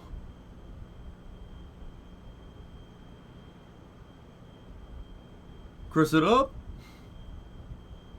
Yeah, guys, that's the whole launch pad. Couple of generators for power, couple of fuel tanks, couple shipping containers. That's the whole. You're looking at the whole Discovery. end-to-end GSE right there, which is, like I said, literally they fuel this rocket up by taking a hose and dragging the hose from the fuel tank to the launch pad. It's pretty crazy, man. It's pretty awesome engineering, if I do say so myself. Hey, Reshok, 28-month resub. Hey, Ryan, what's going on? Yeah, they're gonna make sure that the water suppression systems are working. They actually spray the water. GNC self-test passed. They spray the water radially. Copy. Astra Safety confirm that FTS through the flame bucket, so it'll look like a fountain going off. Safety can confirm. Tango. And what would you say the price tag on a launch like this is? Million? Maybe. As the teams get into terminal count here, let's take a look at the mission timeline. That's the whole of all idea. the events we'll expect to see after liftoff. Carolina? Sure. Well, before liftoff, just a few seconds before, the 5 first-stage Delphin engines What's the will purpose light, of this and rocket? at Low-cost T0, access if to all space of cake. The checks pass. We will have liftoff. The hold-down mechanisms. So this is Astra LV. This is a rocket 3.3. That's the name of it. I know engineers came up with the name. Engineers aren't good at naming things. It's their 3.3 iteration of this rocket. The serial number now. Astra goes by serial numbers, so this is launch vehicle 0008. So I just say launch vehicle 8. It's 0008 is a pain in the butt to say. What Astra is a commercial satellite provider or a commercial launch provider. They don't make this. They can make the satellites, I suppose, but they're basically designed to be the bare bones most inexpensive way to get something into space. Now, that rocket right there, 3.3, really only carries a payload probably about this big, maybe the size of a shoebox at best. But even a payload that's the size of a shoebox could still be useful. Like if you're making like a constellation of satellites, you could launch a bunch of them, just not all on one rocket. The idea with Astra is to keep it as simple as possible. The rocket is quite literally made, it's not any like super crazy exotic metal or super crazy exotic material. It's aluminum and steel. It's very simple. The rocket is very easy to make. The rocket engines are very easy to make. It's about as simple as you can make a launch vehicle. Comparatively to like other small sat launchers that are like carbon fiber, which takes a long time to make. Not to say that that's a bad idea. That's a bad way to do it, or other small sat launchers that use solid rockets or whatever. Like those are using all exotic propellants and exotic materials. This thing literally they got diesel fuel in this thing. Diesel fuel and liquid oxygen, which is about as... Oh, there's a TE purge. About as simple as you can make it. The other cool thing about Rocket 3.3 is that the entire pad... See those shipping containers on the left side of the screen? The entire pad, fuel tanks, rocket, launch pad, everything can be loaded up in shipping containers and trucked anywhere. Anywhere there's a flat surface, you can launch. All you need is some power, which is why they have some generators over there, some big diesel generators. So literally all you need to make this thing go is just diesel fuel and some liquid oxygen. You need diesel fuel to put into the rocket, some more diesel fuel for electrical power. I mean, to be fair, it's using RP1. RP1 isn't diesel fuel. It's a highly refined version of diesel fuel, which is, yeah, it's almost the same. They share a common lineage, I guess. But the cool thing is that the rocket's super simple and you can literally launch it from anywhere. Astra's last launch was in Alaska. They launched out of Alaska, out of Kodiak, the U.S.'s 4th launch site. It's usually used for missile testing because it's remote. Alaska's out in the middle of nowhere. This one is from the Cape. This is at Cape Canaveral Space Force Station at Complex 46, which usually is used for Minotaur launches. You could see this thing behind me right here, this piece of concrete. That's the flame trench for the Minotaur pad. Yeah, they don't have anything hooked up to it. You got to hook up a plate so you can launch the rocket. The rocket would be like right here, but they're not using that today. They just set up their pad right on the concrete next to the Minotaur pad, and they're gonna launch it here, which is cool. Yeah, that's the quick kind of explanation to what Astra's up to. It's really neat. It's a really cool idea. They can launch from anywhere. You could launch it from a boat if you really wanted to. Confirmed. Water 1 water system. Confirmed. Tango, please activate launch machine. Activating yeah, launch it's not machine. very much tech. Payload maybe about this big. About like, not very big. The CubeSats will test new technologies such as drag sail to deorbit satellites. Ah, nice. We know all about that. Toggling on, lock stopping. Okay, team, this brings us to step 151. Poll for tank and also help pressurization and improve launch space weather today. models. Yep. After this Who is point, Tango? any system Claire. issue must be called as a 3-word hold. That is a hold over Right the on net. If there are no concerns for flight, call go. Otherwise, call no go. Red lead. Red lead is go. Maybe for FPS. military satellites, Ameth, but I don't know why I keep Ether. saying Ameth. Ether is go. Ameth, yeah, no. go. For Inco. launching military sats, Inco not is like go. a missile or Ace. anything, no. Ace is go. No, it's too complicated Launcher. to be a missile. Launcher is go. Orbit. Orbit is go. Booster. Booster is go. GNC. GNC is go. Chris is FAO. talking to Chris. FAO is go. CDH. Says everything CDH is is good. go. Tango. Tango is go. Safety. Safety is go. Flight is go. Tango and AV1 manage And maybe polling. Alucard, I Please don't toggle know. do only ground. Toggling do only ground polling. And let me know when you're ready to load flight engine sequences. Ready. Yeah. Dolphin, please provide. Leo, it is. Igniter sequence is So since the sideways launch, guys, that didn't end well. But since the sideways launch, they have had a rocket. That was LV6. LV7 was the rocket they launched a little bit later after that. That one actually made it into space. That one made it. That was a test flight to make sure that the rocket can make it. This one, Launch Vehicle 8, is a mission for NASA. This is an actual mission. This is their first operational mission. 1, Victor 1 on engine Bravo. Good load. Engine Charlie 862, Victor 1. Yeah, of course. Loading sequence 862, Victor 1 on engine Charlie. Good load. Engine Delta 863, Victor 1. Loading sequence 863, Victor 1 on engine Delta. Yeah, of Good course, load. Ryan. Engine Echo 864, Victor 1. Loading sequence 864, Victor 1 on engine Echo. Good load. Keith there, what can we load for you? Any rocket is scalable, dude. Could they hypothetically upscale this? Sure. Every rocket is scalable. But here's the thing.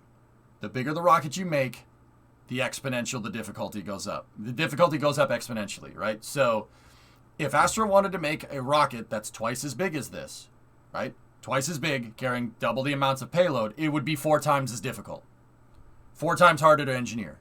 You want to make a rocket that's 3 times as big, 8 times as difficult to, actually probably like 16 times more difficult to engineer. You want to make a rocket the size of the Saturn V?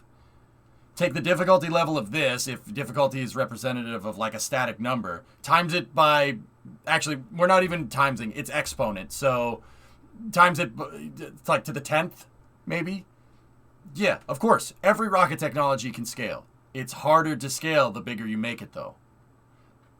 Even SpaceX runs into problems like this. There's a reason why Super Heavy, for instance, doesn't have 1 gigantic engine in the first stage, but 33 smaller Raptors. Rocket engines don't scale very well, especially liquid fuel ones. They don't really scale. The F1 motor from the Saturn V, that's about as big as you can pretty much get. Don't get me wrong. There's also the fuel delivery systems depend on that. You could technically go bigger if you wanted like a pressure fed system, but for like a liquid fuel turbo pump engine, yeah, the F1 is about as big as you can go. They don't scale very well. You can't just make a bigger rocket engine. Material science doesn't really allow for that. Sea Dragon is pressure fed, Tessa. So yeah, you can make bigger ones, but yeah, here, I'm gonna go back into the count. This program. So we are very thankful to yeah, of course, you can partners scale at it. NASA But if for you want to make a providing us rocket twice the as big, opportunity it's to 4 times as complete difficult. this mission for our 4 CubeSat payloads. Coming up on T-minus 5 minutes and counting, we're going to go ahead and listen back into the teams as they work through the final minutes of this countdown.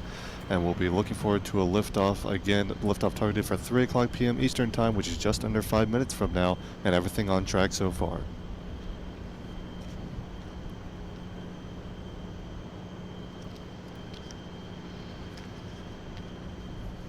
See, Astra's cool because they put all their countdown loops. We can hear everything that they're saying. They put all their main countdown loops through the stream. Not everybody does that.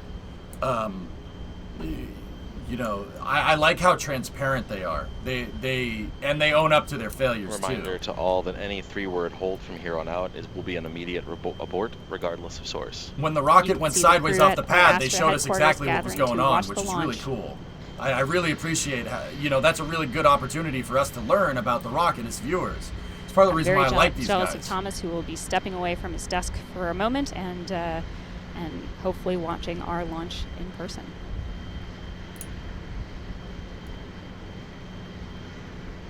All right, there's Jetty Park. Jetty Park is on the south side of nice Port crowd Canaveral. of spectators over at Jetty Park as well, hoping for a There's nice view. There's the pad right there. LV0006. Excuse me, LV0008. Last time it scrubbed 19. No, they got engine ignition, Ren. It scrubbed 3 at minutes and T-minus 30 0. seconds. Something like that, Hellfish. Yeah. This is flight on countdown. The Please mass- confirm range is recording No, don't telemetry do at that this to me. time. Confirmed. Oh, nice shot. You see, there's the flame bucket from the Minotaur pad over there on the left. Control room, if you require And then RF there's data your in launch flight, be adapter right prepared there. to switch over your pages. That thing bolts onto MIFCO, flight on countdown. the pad that's MIFCO. like right where my mouse cursor MIFCO, is. prepare to issue option when rocket IIP Discovery, marker go at passes throttle. Miniko Zacco. point and is within dispersed trajectories, calling out at event. MIFCO copies. Yeah, there you go, Ben, right? Yeah, easy to manufacture, Hendo. That's why they have a 4-digit serial number.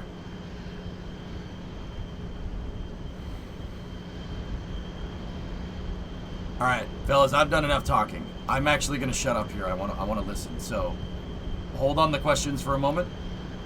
2 minutes and 30 seconds until T0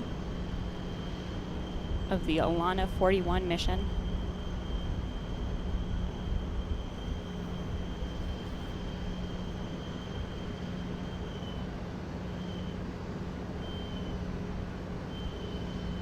FTS this time, send master enable and watchdog on AFTU.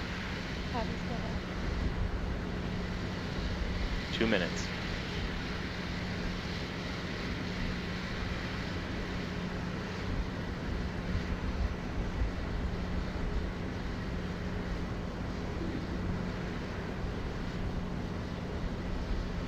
One minute 45. Master is enabled, watchdog is enabled. Copy. Thank you. 100 seconds.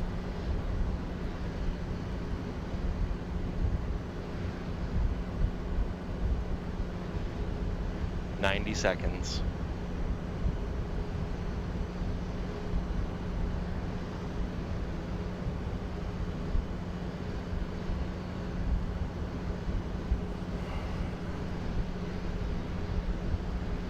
ACE at this time, start PSD recordings and downrange ground station recordings. Good work.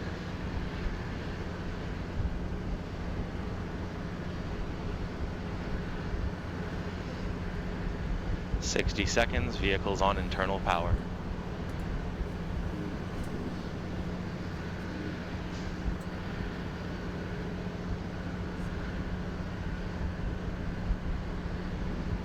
PSD recordings enabled. 45, first stage coming up to liftoff pressures.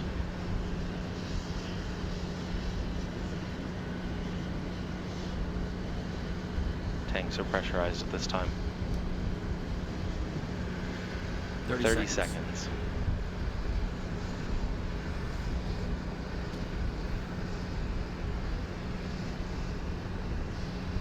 $20. 15. 10, 9, Sound suppression 8, system is on. 7, 6, 5, 4, 3, 2, 0. We got a lift. Everything looked good there.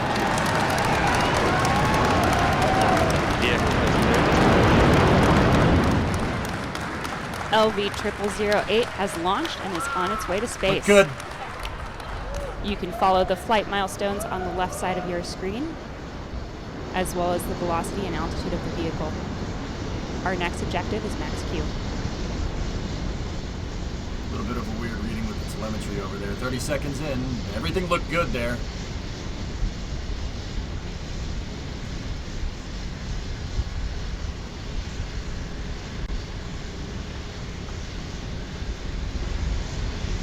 It's NSF, I'm pretty sure, Ren. Oh, they have 2 tracking cameras.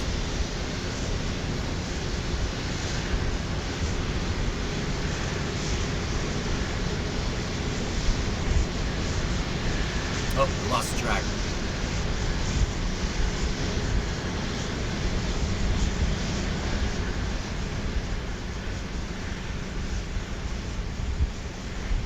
Once again, that telemetry is a little bit off, I think.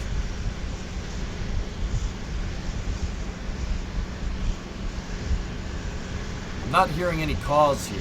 Yeah. Everything looks good though. That looks right. But I mean, with rockets, it's hard to tell.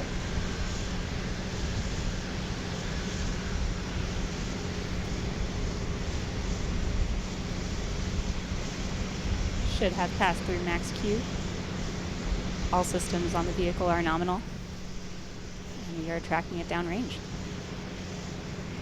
Looks good. I think so, Drummer, yeah. We'll be looking for MECO or main engine cutoff at T plus 2 minutes and 50 seconds. I don't know how you can be so sure, Da Vinci, but yeah, I mean, it was lagging a little bit when the rocket took off. It probably, maybe it caught up or something, I don't know. If it is right, that number over there needs to read about 7,600. 7,600 meters a second. Clear skies is where they need to go. Great view of LV0008 so far.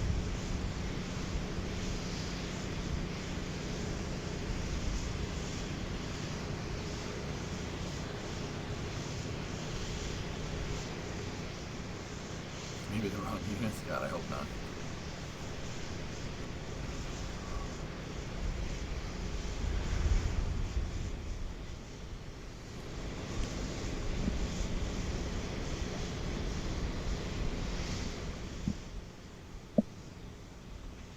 Flight, MIFCO, option sent. Copy. FTS confirms option detected. Safety can't confirm. That call out of the option means that the system will safely be able to ignite the upper stage after MECO. our stage separation. Engine and cut that off. was MECO, or main engine cutoff.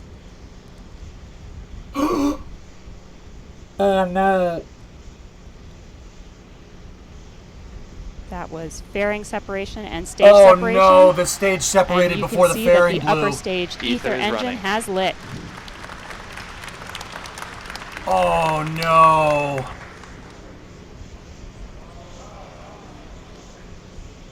The stage separated before the fairing popped, guys, and the rocket ignited inside of the fairing. That's, oh, their second stage is tumbling. Opening FV 200A. Opening FV 300A. Oh no.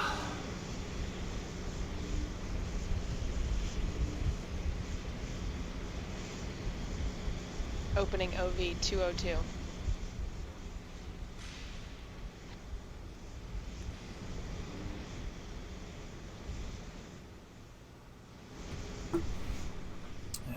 It's not recoverable, guys.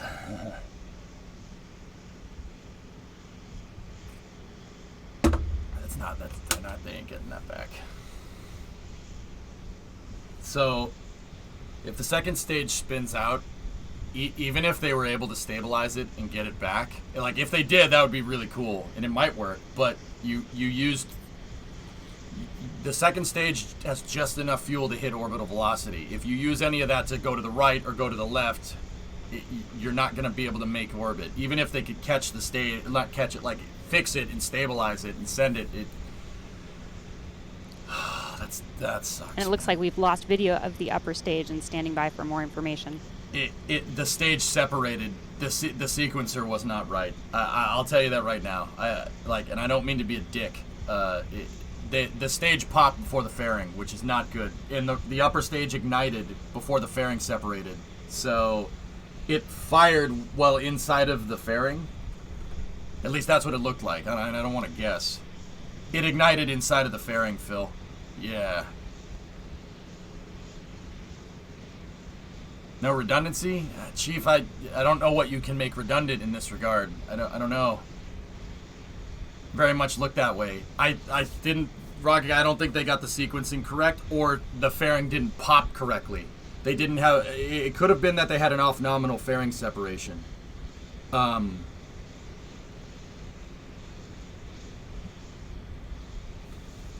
Would that make it tumble like it did, though? Well, Canadian... So...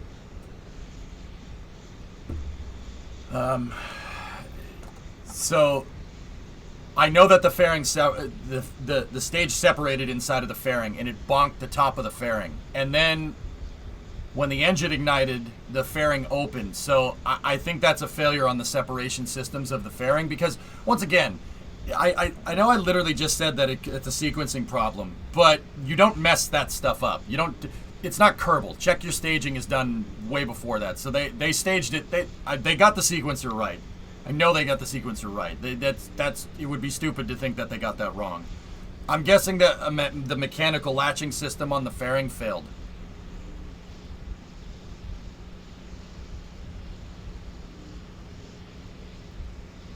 I don't know. The fairing separation had a little bit of an issue. I mean, that sucks, man. That sucks. I'm going to keep the audio from the live stream up, and we're going to go back and take a look. Yeah, dude, I saw it right off the bat. All right, let me see. So...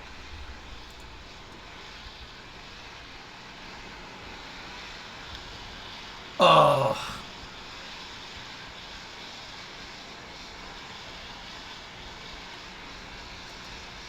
Oh, God.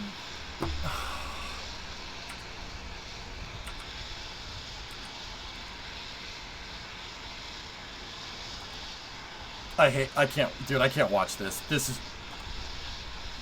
I can't watch this. That sucks so much. Oh my goodness. I can't watch it. Rock guy, it's terrible. I can't watch that. That's so difficult to watch. Dude, once again, I'm not an expert on this, guys. I have no idea how difficult it is to do this. But what I do know is that when this happens in Kerbal, it's really annoying and it's freaking infuriating. I can only imagine what it's like in real life. That must literally be the worst feeling ever. That must be the worst. Oh. Hey, they'll get it. Like, guys, this stuff takes time, dude. It takes time. Let's see. Let's take a look again.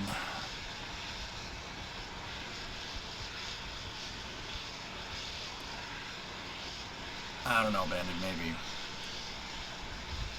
Yeah, look, Bauxy, I think you're right. I think the fairing didn't separate. Something got hung up during separation. Let me watch it again real quick. How's the fairing ejected? Usually it's a pneumatic system, Alex, but knowing Astra, it's probably simple, so it's literally probably like valve springs from a car or something. It's probably something really, really, really, really simple. Spring is the easiest thing to use.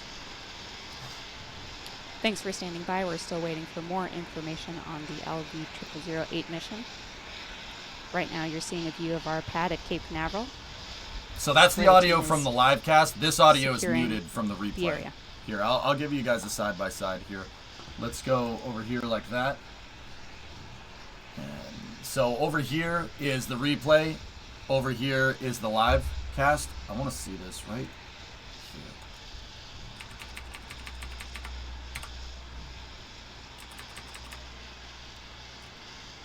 It can still be pneumatic, but you need your locking actuators to unlock. Well, Rocket Guy, we got a pretty good shot of it here. Let me take a look.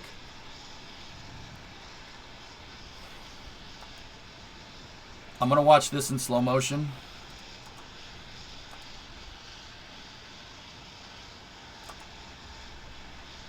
Yep. Fairing didn't separate. And let's take a look here. What do we see? So this is your second stage right here. These struts and the... this is the second stage. That's the fuel tank. There's two fuel tanks in the second stage. There are two spherical fuel tanks that are right next to each other. They're stacked on top. The satellite's riding on top of this forward fuel tank. That's the aerodynamic fairing. Like I said, it's just sheet metal, guys. It's very simple. Rocket Guy, I'm going to say a pneumatic system. I definitely see a pneumatic line right there. It's probably pneumatic. It could be springs, though, and that could be wires, dude. I don't know.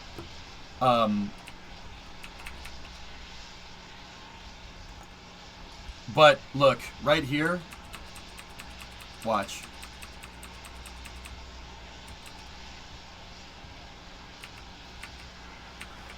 Oh, boy. The fairing separation mechanism failed. I know that's the fairing separation mechanism because watch. See, it's dark in there, right? And then the lights turn on. Well, the light is sunlight that's creeping in, so it sounds like the fairing only separated partially. See, the sunlight's creeping in. Pythos, whatever their separation system is, it's something that's super inexpensive. It's something, not because Astra's cheap, but because they're trying to simplify this. That's part of the reason why they're having so many problems. It is really, really, really, really, really difficult to take something like rocket science and try to make it simple. SpaceX makes that stuff look easy, all right? But even SpaceX had a ton of failures like this in the Falcon 1 days. So this is, like, everybody drones on and, oh, space is difficult, space is difficult. It's not that space is difficult. Astra is trying to take a difficult task and make it easy. That's the hard part.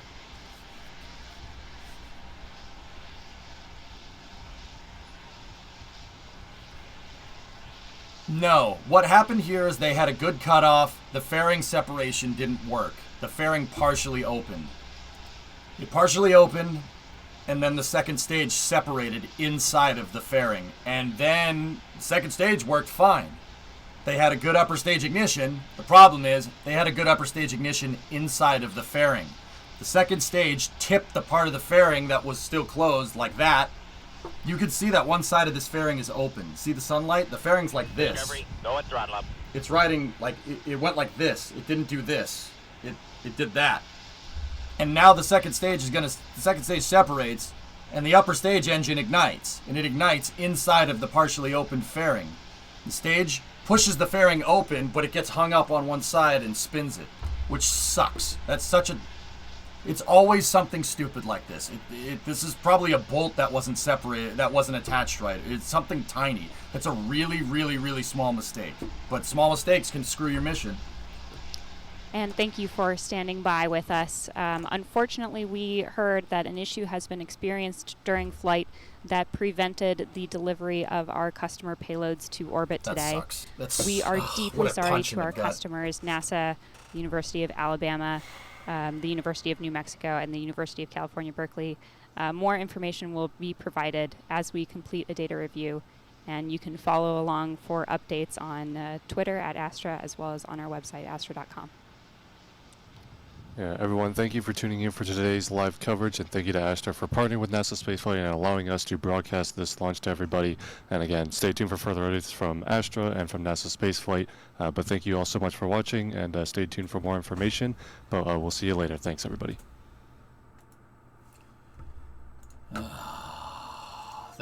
That's tough, man. That's tough. That sucks. I don't feel bad because I don't pity them, because this is really difficult. I appreciate that Astra keeps going. They'll get it right. But once again, everybody says space flight is hard. It's not that it's difficult, all right? It's not that space is tough. Yeah, okay, sure. Astra's trying to take that difficult task and make it easy, which is added difficulty on top of an already difficult problem to solve. The idea is that if you solve that problem, though, you can make a lot of money, right? You can have a sustainable launch business, right? So, once again, this stuff does happen, and it sucks that it's something stupid like that. I'm gonna say that that's a stupid mistake, but it's not a reflection of like Astra. They're still trying to figure this out. If they had something like this happen, hey Crafty, thanks man. Thanks for the 10 subs. I appreciate it. Thank you. If they had something like this happen after like 30 missions, then you go, what the frick, guys? What's going on? But this is their third, fourth try. This stuff, dude, this stuff happens. You have to learn somehow. This is the teething problems that I talk about with every single aerospace vehicle ever designed. There's always something dumb.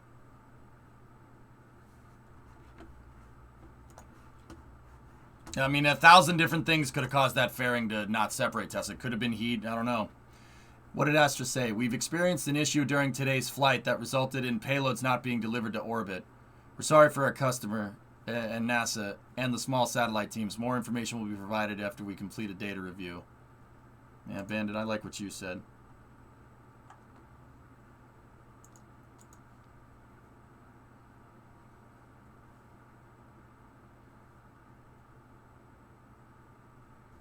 I mean, I'm rooting for him every step of the way, seriously. Just got here. What's your diagnosis? Fairing didn't separate. Market. Yeah, the fairing didn't separate. I said it was a sequencer problem at first, but I think a couple people in chat saw it. I think you guys are right. It's not a sequencer problem. The reason why it's not a sequencer problem is because it's software controlled. You can test the software. The software has probably been tested 1,000 freaking times. That was a mechanical thing. The fairing didn't pop, which sucks. It partially opened. Yeah, guys, I'm telling you, that's not, I honestly do not think that that's a design problem. The reason why I don't think it's a design problem is because no Astra rocket had problems with the fairing separating that I've seen previously. 7's fairing worked just fine. So that means the design is good. The design works. That's a processing thing. That's somebody not tightening a bolt somewhere.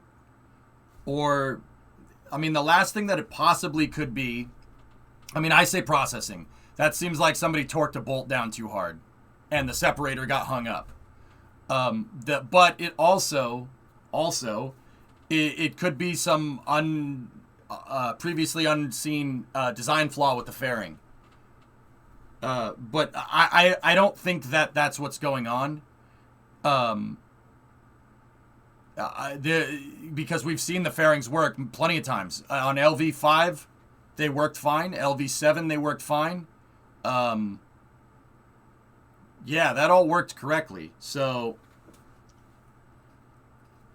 I'm going to say like somebody didn't tighten a bolt or somebody tightened a bolt too hard. Left the remove before flight pin in. Yeah, something like that, dude. Or 7 was a lucky break. Well, 5 made it into space just fine. 5's fairing separation worked fine. They just didn't get the mixture right. This is the teething problems, man. This happens. This is my fault. I've been having horrible bad luck this week with Amazon and pretty much everything I touch. So as soon as I came in, the release happened to spinning rockets. I don't think it's you, but with that being said, I don't think it's unwise to think about bad juju, you know?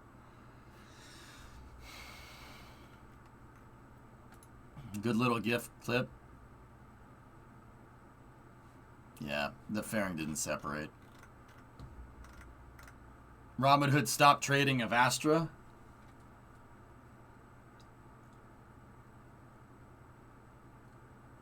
Wow. See, that's the thing, man. This is what sucks about being a publicly traded company. Anybody that's in the know, anybody that's in the know about rocket science knows that this isn't just some like product rollout or something, right? Like, this isn't like, oh, has Tesla manufactured enough cars to be, you know, profitable, etc., etc. This is rocket science, man. It's difficult. Every failure that Astra has is a opportunity to learn and make the vehicle better. And because they're pioneering a low-cost rocketry model, failures aren't that big of a deal. It really isn't. I mean, it sucks that they lost those payloads. That sucks. But it's not the end of the world. I mean, their stock's in the toilet, no doubt. If Robin had halted it, they're probably, everybody probably dumped it right off the bat. But what I'm telling you is that the people that dumped it have no idea how rocket science works. Oh, it failed. It failed, so they sucked. I'm going to sell this stock before it tanks. No. I'd buy the dip. They ain't going nowhere. Astra ain't going nowhere. Seriously. This isn't financial advice. It's just, I'm not an economist. That's not me. Rocket science is, though. This was a tiny little mistake. I don't think it's a design flaw with the vehicle or anything. I think this is, you know, new launch site, new personnel. You know, somebody could have been tightening down that bolt and his buddy could have said, hey, you want to get a beer later? And yeah, okay, tighten the bolt tube down too much. It's something small like that. I'll tell you that right now.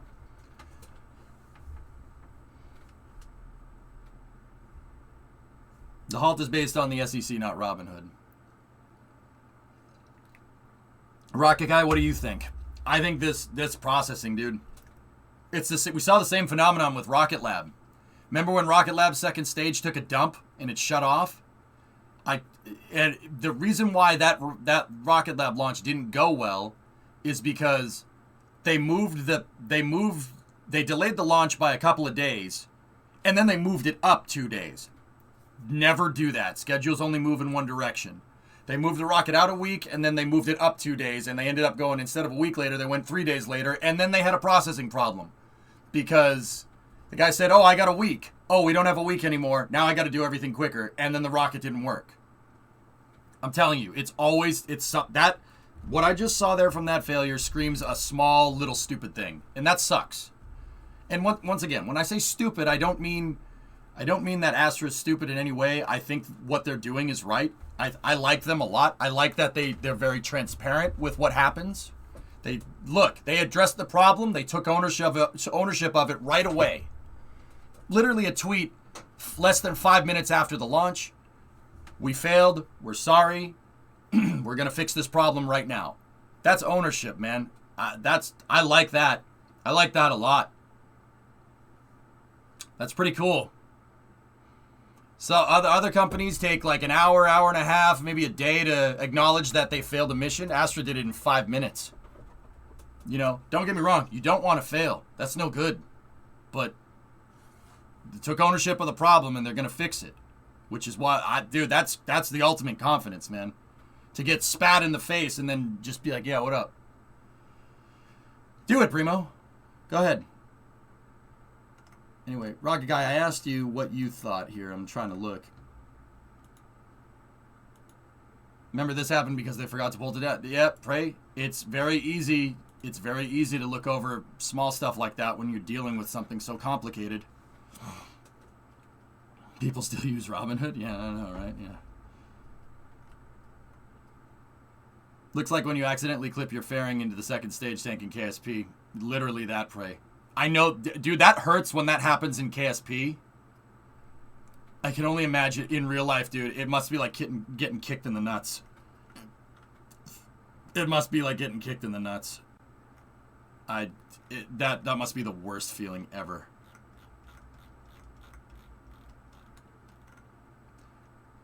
It'll be an entire failure tree. Cascading failure can be anything from sequencer failing to the locking mechanism actuator failure to Q&A. Rocket Guy, my gut's on Q&A, but yeah, you're right. You have to review the data. You have to prove it. I can think that it's the fairing actuator, and it looks like it's the fairing actuator, but now you got to prove it. Rocket troubleshooting, man. Phantom torque bug. Yeah. Crisis communications is one of the most difficult things a company can do. I think they handled it very well. Fall, I agree. I agree with you, man. Not every company would have the balls to be like, yeah, we just failed. Sorry about that. We'll get it right next. We'll fix it and we'll get it right the next time. Like, that's ownership of the problem, man. Ownership of the problem and taking account for your actions like that, especially from a corporation, is not something that you see very much in this day and age, guys. So whenever I see it, I'm going to mention it because it's worth it. That's a good thing to mention. Something as stupid as a wire crossed. Yeah, Rocky Guy, I honestly think this is a minutia mistake. Like it's something small. It's something dumb. A wire's crossed. Like 2 wires crossed ruined a Vega flight before, right? They hooked up the X gimbal to the Y actuator and the Y gimbal to the X actuator, and the rocket nosedived into the ground instead of going up. True story. Hey, Taz. No, I don't think this is going to cost anybody their job, Steve. Once again, Astra's new to this. They're new to this, man. That's their like 4th or 5th launch attempt, and they're trying to pioneer low-cost rockets. They're new to this. This is new. This is a teething problem. Just you need some time to optimize the process, right? If this had happened on LV0030, if this was like their 30th attempt and something dumb like this happened, then I'd be like, what the hell are you guys doing? But people are still learning. They have 6 guys that put this rocket launch pad together. So fortunately, that's a small fault tree. 2, it's a simpler rocket. So your analysis, like the criteria for analysis, the data is a lot smaller. You have a lot smaller data set here, so it's easier to pinpoint the failure. And because it's easier to pinpoint the failure and you have a very relatively not complicated vehicle, right? They should be easy to react and get back on the pad and launch again. That's what happens when you try to do low-cost rockets, right? This is like the like NACA and NASA in the late 50s, and the Navy with Vanguard and the Army with Redstone. Sometimes rockets blow up on the freaking pad. It happens. The first Atlas Centaur flight did a flip and exploded. Like, it takes time. It takes time, guys. Yeah, they'll learn. They'll get it. I have nothing but confidence. You know why? Because they have confidence in their company. Because they said, look, we failed. Right off the bat. Look, we failed. Look, we failed. We're sorry. We'll get it right the next time. That's ownership right there. That speaks a lot. That speaks volumes right there about that company. I'm telling you. Astra had their rockets go sideways off the freaking pad. And then they came right back around with 7 a month later and launched it right into space. This was a new launch site, new launch vehicle. It was a launch site that was on the other side of the continent. I have faith. They'll be fine. This isn't an incompetency problem. This is a teething problem. I'm like 100% sure. Well, You can't be 100% sure without proving the data. So I'll say 98% sure. We'll go from there.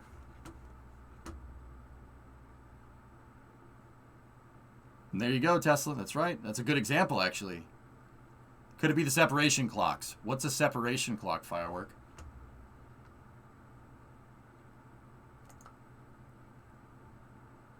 Pretty much, Phil. Yeah.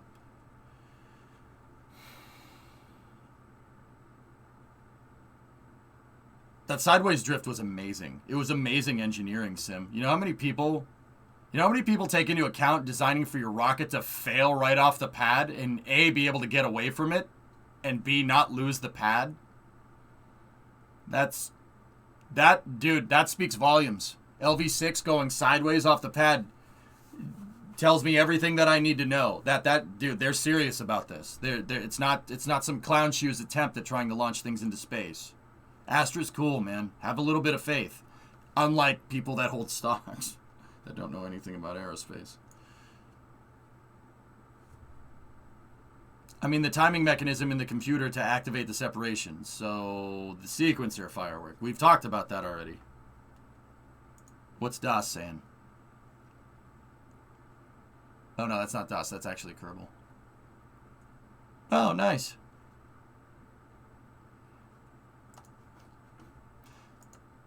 I'm hodling my stock. Yeah, Vasya, if I had stock in Astra, I would too. They'll be back, and in greater numbers. It did appear that the ignition was before T0, which was not the case earlier this week. Ignition was right at T0. Wonder if that had anything to do with the fairing pop timing.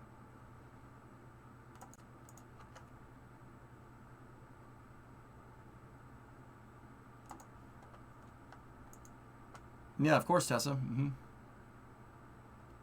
Devil's Advocate, how many chances does one give Astra to get it right consistently? Well, they've already gotten it right, Hellfish, to be honest. Like, so, Hellfish, the honest answer to that question, I don't know. I don't know the answer to that question. What I do know is this, and so maybe we could extrapolate something from that. Maybe we could figure something out. So, Astra's pioneering low-cost, like extremely low cost access to space. About like as low as you can go. That vehicle is about as simple as you can make something that goes into space. Seriously. I think maybe only Falcon 1 would be simpler than that. It is literally the simplest way to get something, like one of the low cost, easiest ways to get into space. It's a very simple launch vehicle. Because they have a simple launch vehicle, they're trying to pioneer rapid flights. That's why their vehicle has 4 serial numbers in it, right? When you pioneer a low-cost model when it comes to flying into space like this, that means you basically rapid prototype, which is what we've seen. Look at the first launch attempt for Astra, as opposed to the 3rd, 4th, 5th, 6th, 7th, and 8th. The rocket is literally evolving every launch. It's rapid prototyping, just like SpaceX. And because it's low cost, you can afford to do that. So, I don't know. First of all, they've already made it into space. They've made it into orbit, which is better than most. That's way better than most. Like, this isn't a knock towards Blue Origin, because Blue Origin is making like a way bigger rocket, but they got to space before Blue Origin. They got to, well, not to space, to orbit, I should say. Now, don't get me wrong.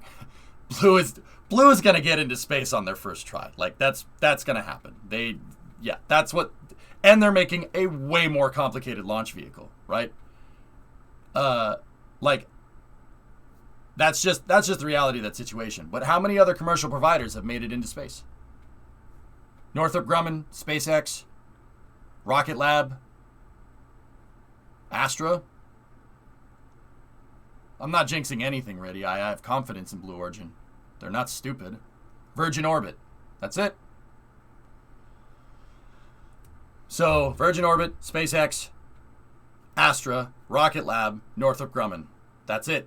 5. How many commercial launch companies are there? There's dozens. There's like 30 of them. There's ABL, there's Firefly, there's Launcher, there's Relativity, and that's just a small amount of them. Hey, network admin, welcome to Mission Control. Your go at throttle up. Thanks, man. Do you think that a market for the cadence Astra is aiming for will actually materialize? Yes. There's Eco Rocket, there's Dynetics, there's Big... Yeah, there's a huge pool of companies that say they're going to get into orbit and actually never have. Astra is one of them that have. So, Hellfish, in my opinion, they've already proved it. You're going to have some teething problems. Every rocket does. Every single one of them. The only rocket that I've ever seen work perfectly on the first try was Atlas V. Atlas V has literally worked perfectly. With even Atlas V has some things here and there. Like one time they had the RD-180 shut off like a second too early and had to use the Centaur a little bit more, and the mission was fine. Atlas V is the only rocket I know that's worked perfectly on the first try. And that was because it's a derivative of Atlas III. It was in a family of rockets, so some of that hardware was already proven. The shuttle, yeah, the shuttle too. And there you go.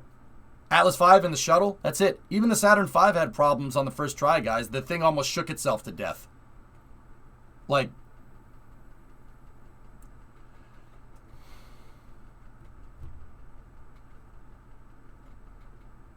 yeah, there you go, Eon. Falcon 9? Falcon 9 had an engine pop on the first try. Well, second try, but there you go. Yeah, Delta 4 as well, but Delta 4 is derived from Delta 3. I would say that they got the teething problems figured out with Delta 3. Ariane 5's first flight blew up. This happens. Like, it happens. And I think it would be foolish to say that the shuttle did work on the first try. Does that mean it didn't have teething problems?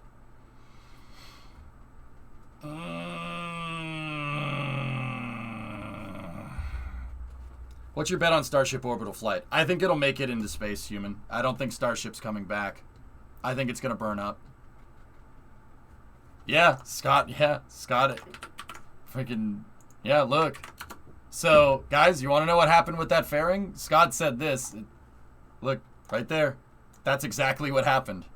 This is from a Gemini mission, though. See the fairings kind of halfway off? That right there is exactly what happened. Scott with a really, really great perspective. That's what, see the fairings like halfway open? We saw the light go into the fairing. The stage separated with the fairing like this, and then when it popped out, it got caught on the fairing and started flipping over. Do you have an I-1 Sun activity? I don't know what that means. There's a lawsuit against Astra because they lied about the fact that they can launch anywhere in 24 hours. I find it really annoying. Investors don't understand space stock. I wonder why Elon didn't want to take space public. There is a lawsuit against Astra? From who?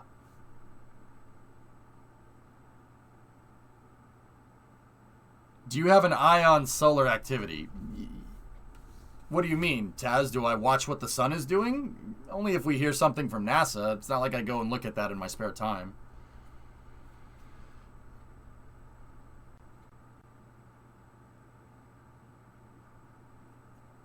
Yeah, Barefoot, I'm pretty sure the fairing got hung up. Like, I can say that with reasonable confidence. But, once again, that's like saying a dam broke and me saying, oh yeah, water coming through where you don't want it was definitely the problem there. It's easy to point out the problem. It's hard to point out why the problem happened. It's easy to see what happened, but you got to prove it. You got to prove that happened. That's what makes rocket science difficult. How do you prove that the fairing didn't pop right? You got to go look at the data. You got to go look at the data and look at the telemetry and figure out where the nick in the telemetry is to show how the fairing failed. And even then, if you can find it in the data, now you got to extrapolate what caused this problem. Oh, I see that one of my bolts didn't detach. Well, why? Why did one of my bolts not detach? Now you have to go looking back at how the rocket was put together, how that fairing was manufactured. That's what a fault tree analysis is like. It gets complicated, man. It gets real complicated. Too much Loctite. It could be something as stupid as that, Dr. Death. Seriously.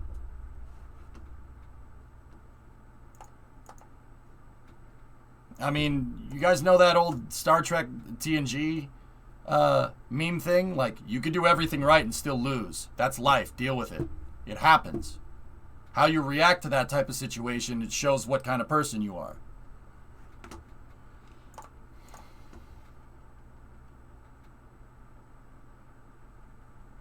Oh, I like that goalie. That's cool.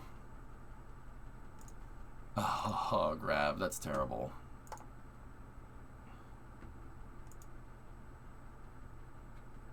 Discovery, go at throttle. Hey, Steiner.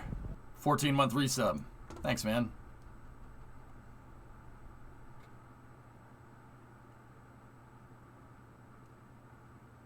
Yeah, see? Maston knows what's good. Look at this.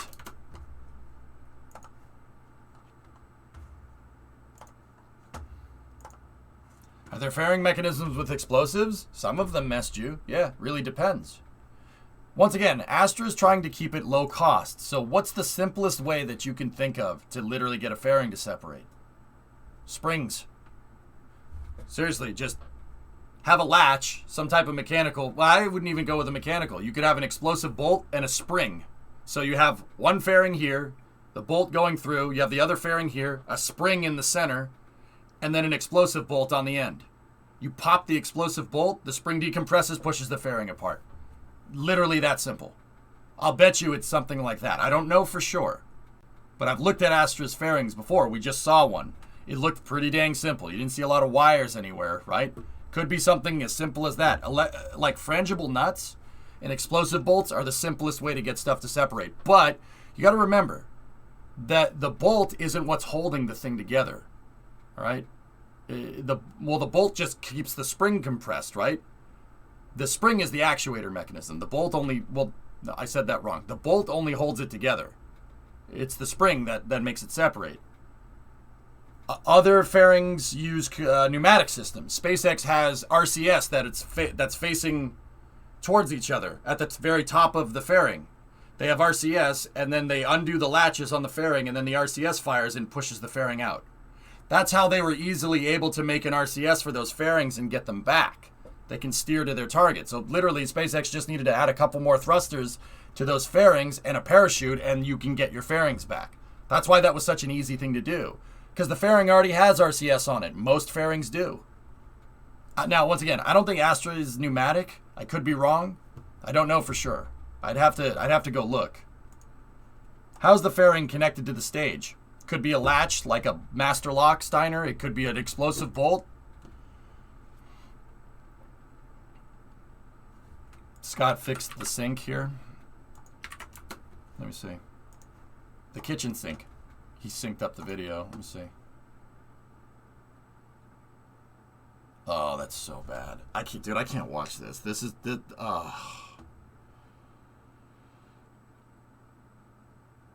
I can't, dude. That's tough to watch, man. I can't do it. It's.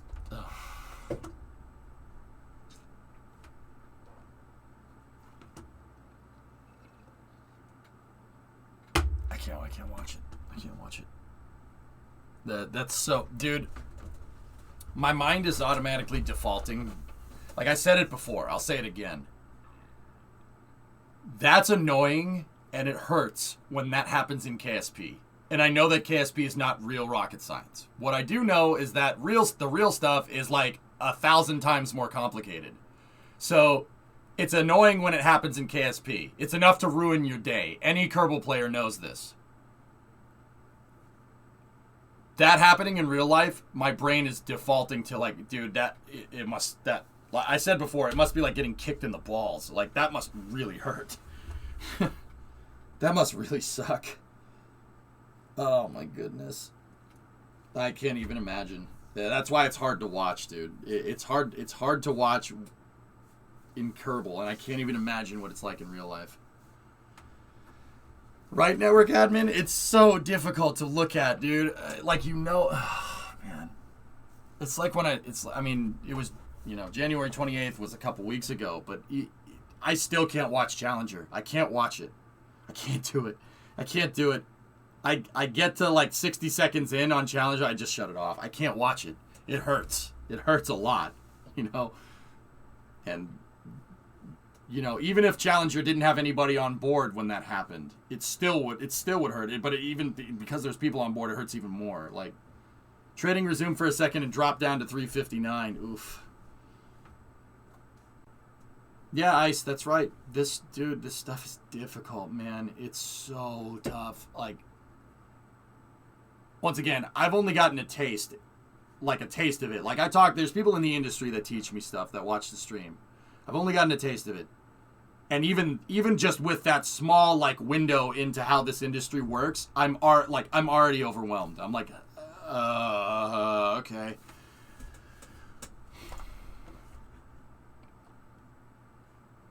Yeah, something went wrong with the fairing failures. The fairing didn't separate from what we can tell, and it looks like the upper stage ignited inside of the fairing, which didn't end very well. Yeah, Alex, jeez.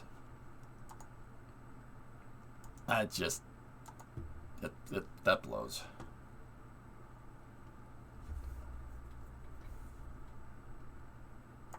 You know what? I'm gonna retweet this real quick. And I'm just going to kind of try to sum this up.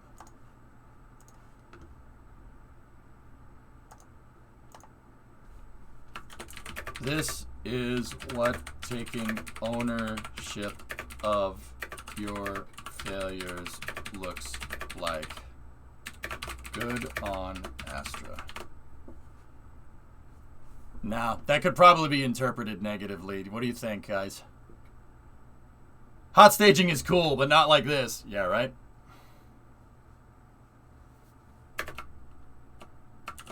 You'll get it next time.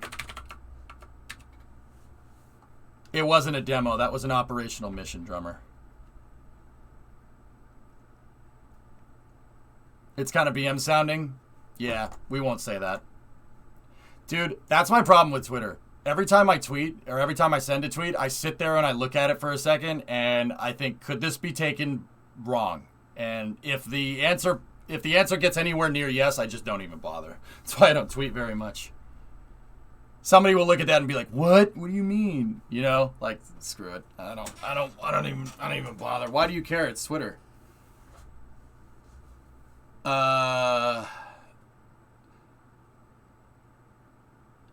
Penta, let me put it to you like this. It's not that I really care what people on Twitter think. I really don't. It's more I just don't want to be haggled. Yeah. Yeah, it's just leave me alone. More leave me alone than anything, to be honest with you. Like, I just don't really feel like being haggled about things. It's just not worth it. It's not worth my time and effort. So I try to just be constructive on Twitter as much as I can. And yeah, if there's even any inkling that somebody could take something the wrong way, because there's everybody on Twitter, like, from what I can tell, they let Twitter define, like, their world, which is not good. Like, it's not a good thing. So, like, yeah, I just don't want to be haggled by these people. Sid did a post on the failure as well. Yeah.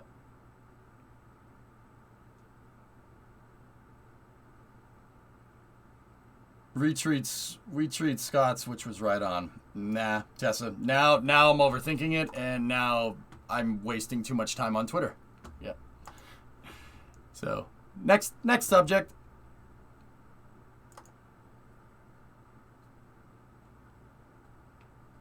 I like waffles. Oh, so you hate pancakes? Pretty much. Yeah, exactly. Unless there is... So, I'll only tweet something if there's no possible way that it could be taken incorrectly in any way, shape, or form. To the point that if somebody actually does, everyone else will be like, what? What are you talking about? Because, like, I remember one time, dude, I was talking to somebody on Twitter about... Falcon 9's polar launch trajectory out of the Cape, and I'm like, man, that shows how ridiculously capable Falcon 9 is. Like, that shows the ridiculousness of that trajectory. It's so cool. And someone literally took it as, why do you think Falcon 9 launching out of the Cape is ridiculous? Falcon 9's an extremely capable launch vehicle. And I'm like, okay. No, that happened. You can go find the thread somewhere. And I'm just like, wow, that's not, okay. Yep. Oh.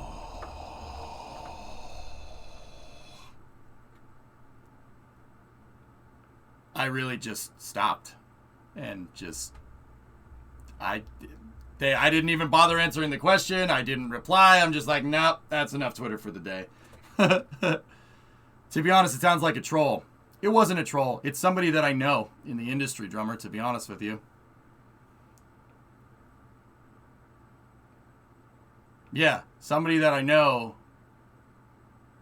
trying to do the so you're saying thing on me. I'm like, what? Are you kidding me? It was me, wasn't it? No. Have you seen the Ferrari leak? Nope. No, guys, it wasn't a troll.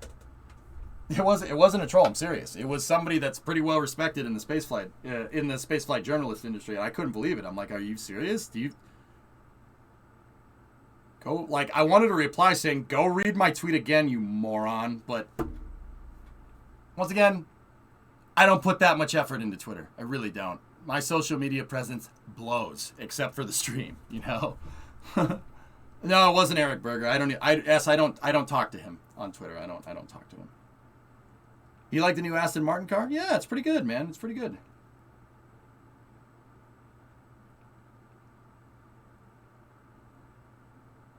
No, seriously, it wasn't Eric. No, Eric knows what he's talking about to an extent. Like he wouldn't do that.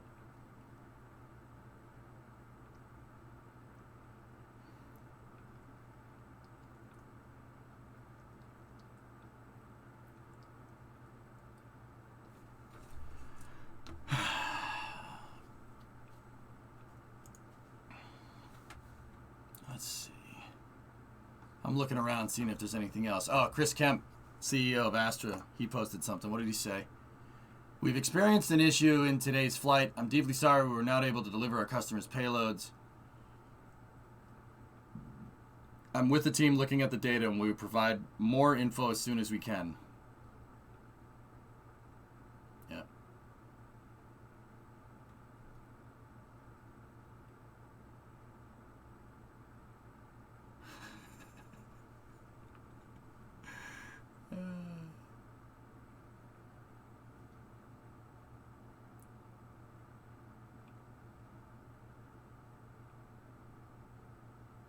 Yeah. What Ian said right there is that's a lot more succinct than what I said. He said it better than me. Anyway. All right, dudes. Here's a neat time lapse. Is that the Ooh, let's watch this.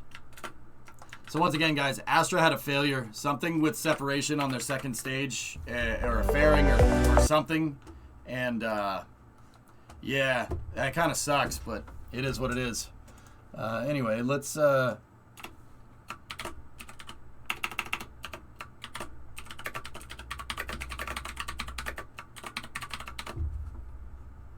check out this footage and then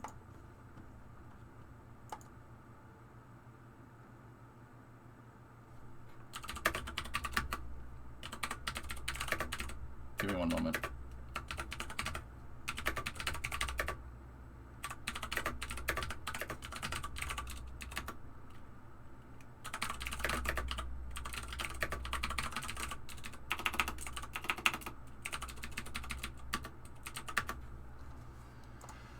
Okay.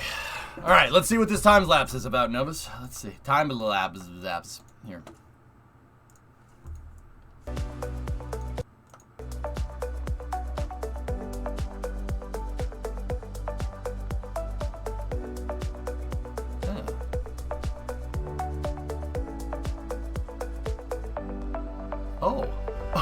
Oh, well. Well, I don't hate this.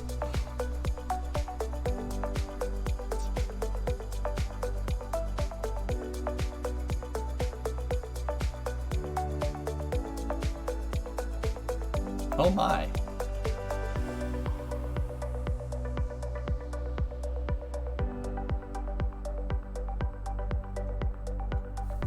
Yeah.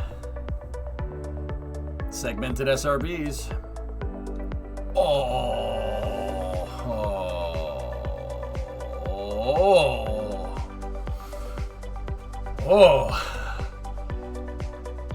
Woo! Yeah, Novus, I don't hate what's going on here. Hands, shut up. Shut up, man. Just...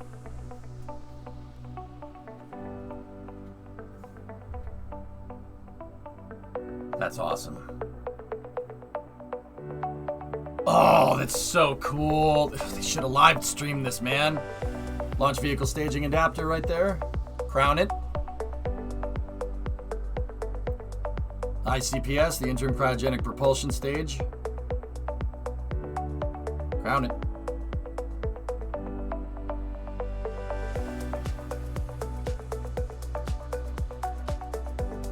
Orion stage adapter, the OSA. Gotta rotate it into position. European service module with Orion and its launch escape system. And the ESM bow tail right there. I don't think it's called the ESM bow tail, but yeah. No, it's not twist locking, John. They were just rotating it into position. That's really freaking cool. They forgot the money shot at the end of the whole stack, but this is awesome, dude. Yeah, guys, I'll be honest with you.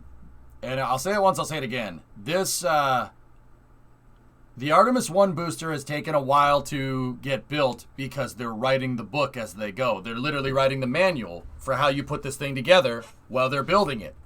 So, the way I like to, how I like to explain why that takes so long would be like if I was putting together a Lego kit on stream, whereas as opposed to putting together a Lego kit off stream. If I'm putting together something on stream, I stop and I explain every single step, how everything works, put it together, and, you know, talk with chat about it for a second, then we go on to the next step, as opposed to off stream where I just... This first time, because they have to write the manual for how you put this thing together, it's going to take a lot longer. That's why it's taken so long. I guarantee you that SLS stacks in the future, you have it stacked in a month, probably less. I know you said no live video due to another user in the VAB. How long is their lease? Their lease actually terminated, John. High Bay 2 was leased by Northrop Grumman for the Omega program, but they canceled that program because they didn't get an NSSL contract. So where's my damn VAB streaming cameras? I really, like, once again, it really would be nice to have NASA live streaming this all the time. That would be really cool. How do you feel about 2 orbital launch tests in 2 months? Pretty good, man. First time in history we have 2 moon rockets fully stacked ever. Yeah.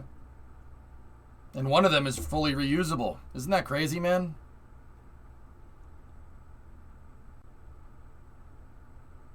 If we had Jim, I bet it would be live. Yeah, maybe. Oh, that's so tough. Yeah, just like KSP, dude. Am I right? It looks the same, doesn't it?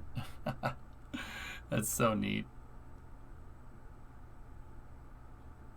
Yep. Pick it up from the transfer aisle. This is the TA right here, transfer aisle, and you have your high bays right here. So that's high bay 3 right here, and this is high bay 4. High bay 3 is where the mobile launcher is. That's where they're stacking the rocket. High bay 4, if you look over there, you can just barely see it. That's where they stage SRBs. All the SRBs for this are staged in high bay 4. And the core stage comes in through the transfer aisle. Now, don't get me wrong, I really wish high bay 4 was used for something, like stacking rockets, but it kind of is. So you use the space that you have. So the cool thing is that this way, there's 2 more. High bay 1 is over here, High bay 1 is over here, and then high bay 2 is over there. There's 4 high bays inside of it, inside of the VAB. High bay 1 is in space shuttle configuration still because they haven't really done anything with it since the shuttle program. High bay 3 was SLS. It's configured for SLS. High bay 2 is the one that Northrop Grumman was going to use, but there's nothing in it right now. So, yeah, really cool. So you basically put all your rocket parts in the center, And then you can basically put together, you stage all your parts here, and you could put together up to 4 SLSs at the same time if you really wanted to. I don't think they're ever going to do that. I don't think they need to with the flight rate. But 2, you could put two together at the same time. I wish the VAB was utilized more. Me too, man. Me too. You got 4 high bays, man. Let me put it to you like this, Tesla. We're paying for 4 high bays, man, and we're using 1. But we're paying for 4.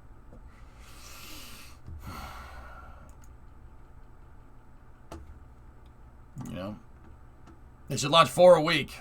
It would be one hell of a flight rate, man. And don't get me wrong, dude. SLS, the good thing about SLS is that right now it's going slow. Right now it goes slow. But, fellas, SLS has scalability built into its architecture. You could launch it, I'd say, realistically, you could probably launch it 4 times a year. 4 times a year is fine. That's perfect. That's perfect, dude. Yeah, that's Apollo. That's Apollo's flight rate. 4 Saturn V's a year. That's about what Apollo was. That's perfect. That's fine. I'll take that. I mean, it ain't Starship, right? But who cares? I don't give a frick. 4 super heavy launches a year. That's fine. I'll take that.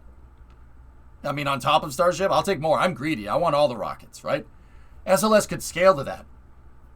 If they retooled all the high bays, 3 of the high bays have crawler tracks to them, and one of them is being used to stage SRBs. If you put that system into overdrive, the bottleneck becomes the fact that you only have 1 pad. But even then, with a mobile launcher design, it's not that big of a deal. They could launch SLS once a month. I'm pretty sure that could be handled if you scaled it correctly. You have the infrastructure here to be able to support that. Like, that's a lot of engines to buy, a lot of SRBs to buy, a lot of core stages to be made. I think they could do it once a month. I'm pretty sure. Yeah, I think that's realistic. I think they could do that with 2 high bays. 2 high bays and 1 pad, you could launch once a month. Yeah, that's fine. I think that's pretty dang realistic for the turnaround times. Unless there's some system that I'm not taking into account that takes time to turn around. I mean, once again, you'd need to buy a lot of Orion capsules to do something like that. If SpaceX uses the VAB, SLS costs will go down, so can we have that, please? I agree, Penta. Yeah, I hope they do. That'd be really nice. Well, yeah, SLS got off to a slow start, but this architecture is super scalable, dudes. It is super scalable. You can put better upper stages on top of this out of the box. You could put bigger fairings on it. The VAB has plenty of space. You can make a taller rocket with this. That's no problem.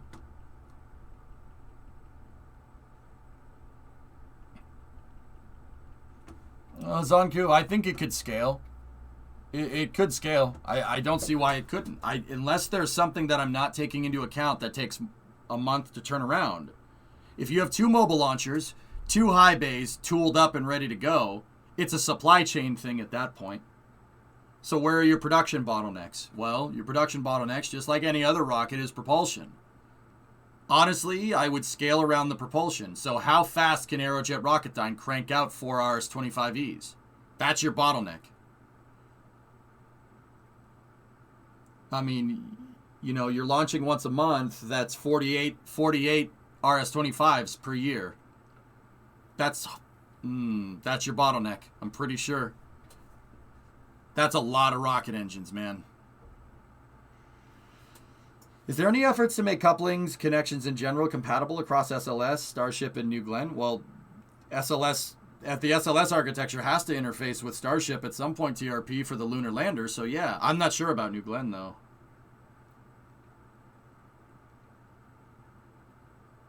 Is it really the first time in history we've had 2 fully stacked moon rockets at the same time? 1968, so second time, I think. N1 and Saturn V, 1968, they were both stacked. 2 N1s were stacked in 1968, if I'm remembering right. If only you could find a way to use the rocket engine a few more times.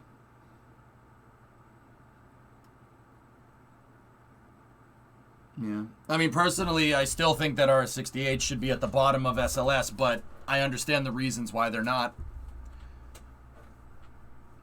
N1 was stacked though, John. They launched 4 N1 rockets. They were stacked. It was stacked. Yeah. 4 of them. Actually 5 if you really want to. The 5th one, they scrapped it when it was on the pad. No joke.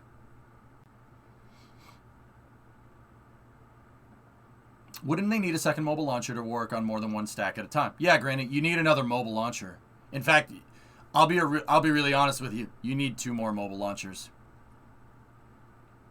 I'm serious about that. You know why you need 2 more mobile launchers? This mobile launcher and launch umbilical tower were designed for Ares 1. They really can't take a heavier rocket than this. You would need to take the whole thing apart and put it back together. Might as well just buy another one. That's Ares 1's mobile launcher. Yeah, they retooled it for SLS. And it doesn't, when Elon? 5 hours from now, Dex.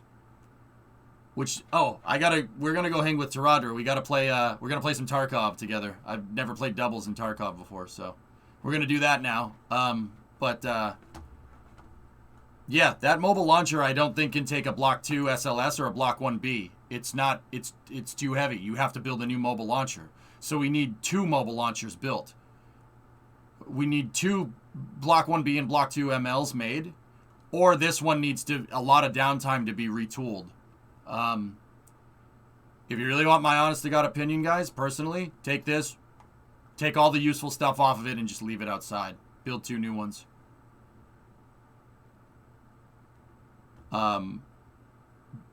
Like, honestly, we should start doing that sooner rather than later.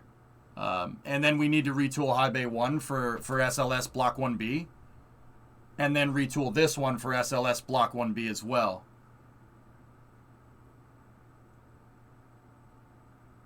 Honestly, Core, dude, last bit of thing before we go play Tarkov. Taradra, I know you're here in the background. Give me 1 second. If you want my honest opinion here, NASA is going to need some way to get an Orion capsule into low Earth orbit that is an overkill. They're going to need something like Ares 1 eventually.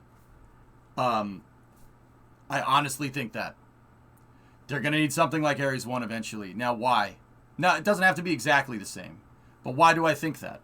Well, it's either that or they're going to need a rocket that can put an Orion capsule into LEO, into low Earth orbit, that isn't SLS. You don't need a super heavy launch vehicle to put a capsule into low Earth orbit. Now, why? What do you mean? I thought they were going to the moon. Well, if Artemis goes right and the lunar program goes correct and we get a nice sustainable lunar base on the moon, that will take its rightful place, right? That'll take its rightful place in, like resupply missions, etc., to the moon. And then NASA wants to focus on going to Mars after. SLS is supposed to be a practice. The Artemis program is supposed to be a practice for going to Mars after. It's supposed to be your practice program. You got to learn. If you can live on the moon, you can live on Mars. Easy peasy. It's not easy. None of this is easy, but you get the idea. What are we going to do? Are we going to build a Mars transfer vehicle out at the moon? That makes no sense. Eventually you're going to need the capability of an Orion capsule getting into low Earth orbit at some point. So you don't want to launch Orion on an SLS just to get people into low Earth orbit. But also you don't want an Orion, like,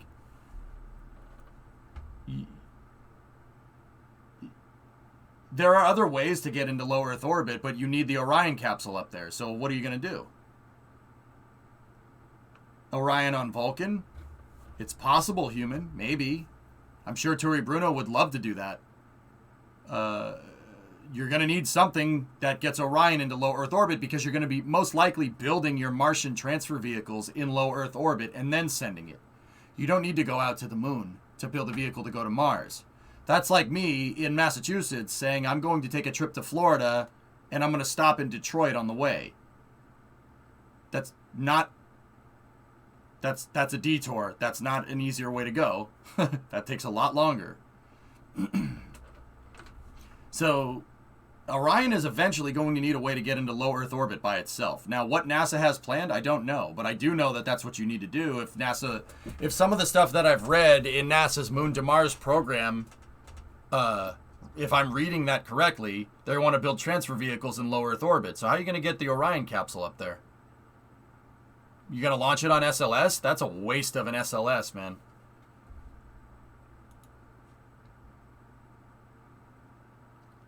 Yeah, I'll check that out, Lunprod. Not if you're going polar retrograde.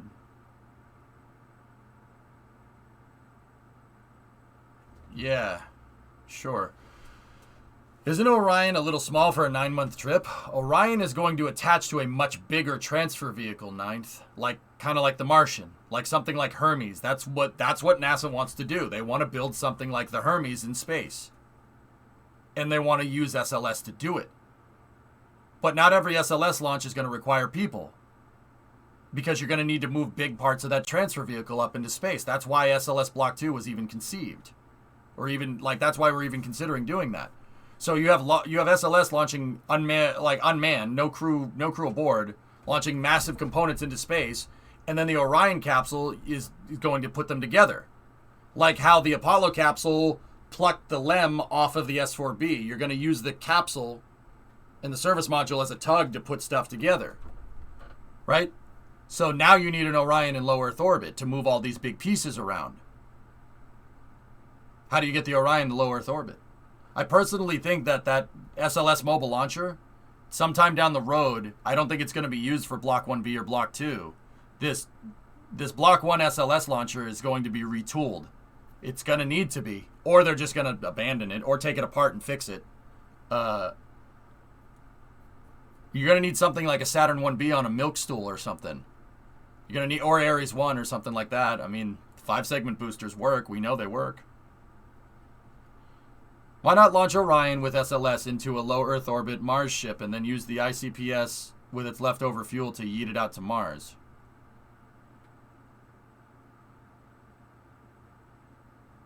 I mean, yes, you could do that, but why? Why? You're still wasting an SLS. And that's really complicated mission architecture, man. I literally think it would be simpler to put Orion on top of another rocket and human rated than it would be to do what you said. Didn't Northrop get one of the MLs for Omega? Could NASA buy that back from them and use it for SLS?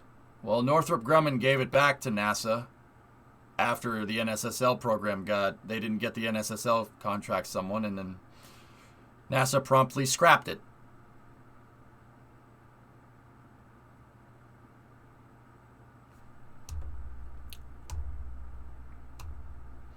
No, Ameth, Vulcan would be fine. Yeah.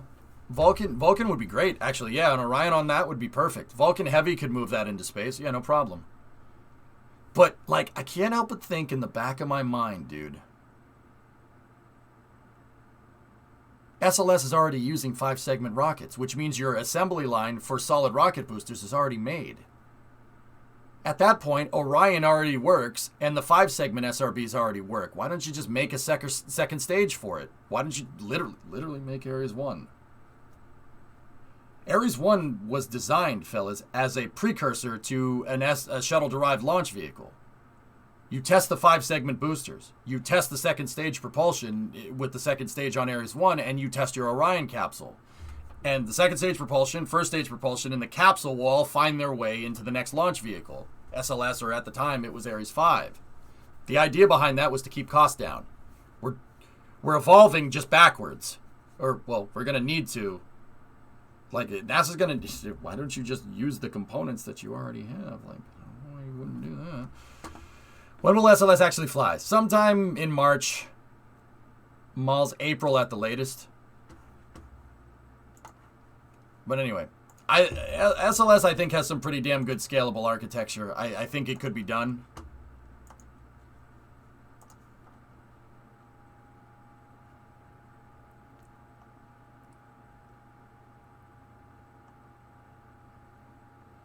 That's why there's talk to retrofit ML1 to accommodate Block 1B.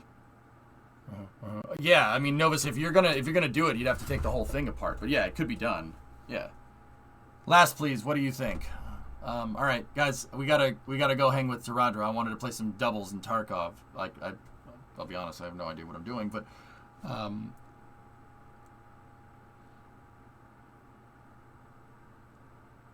yeah, human. I suppose you could do that if you wanted to load supplies and cargo at the same time. Sure.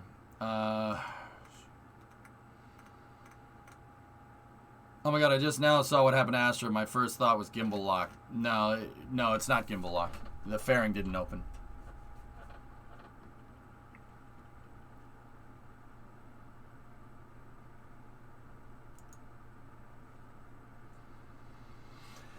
Remember, EJ, when the task says kill PMCs, it means not Taradra. Okay, let's go in here. Let's see what Taradra's up to. Hello. Oh.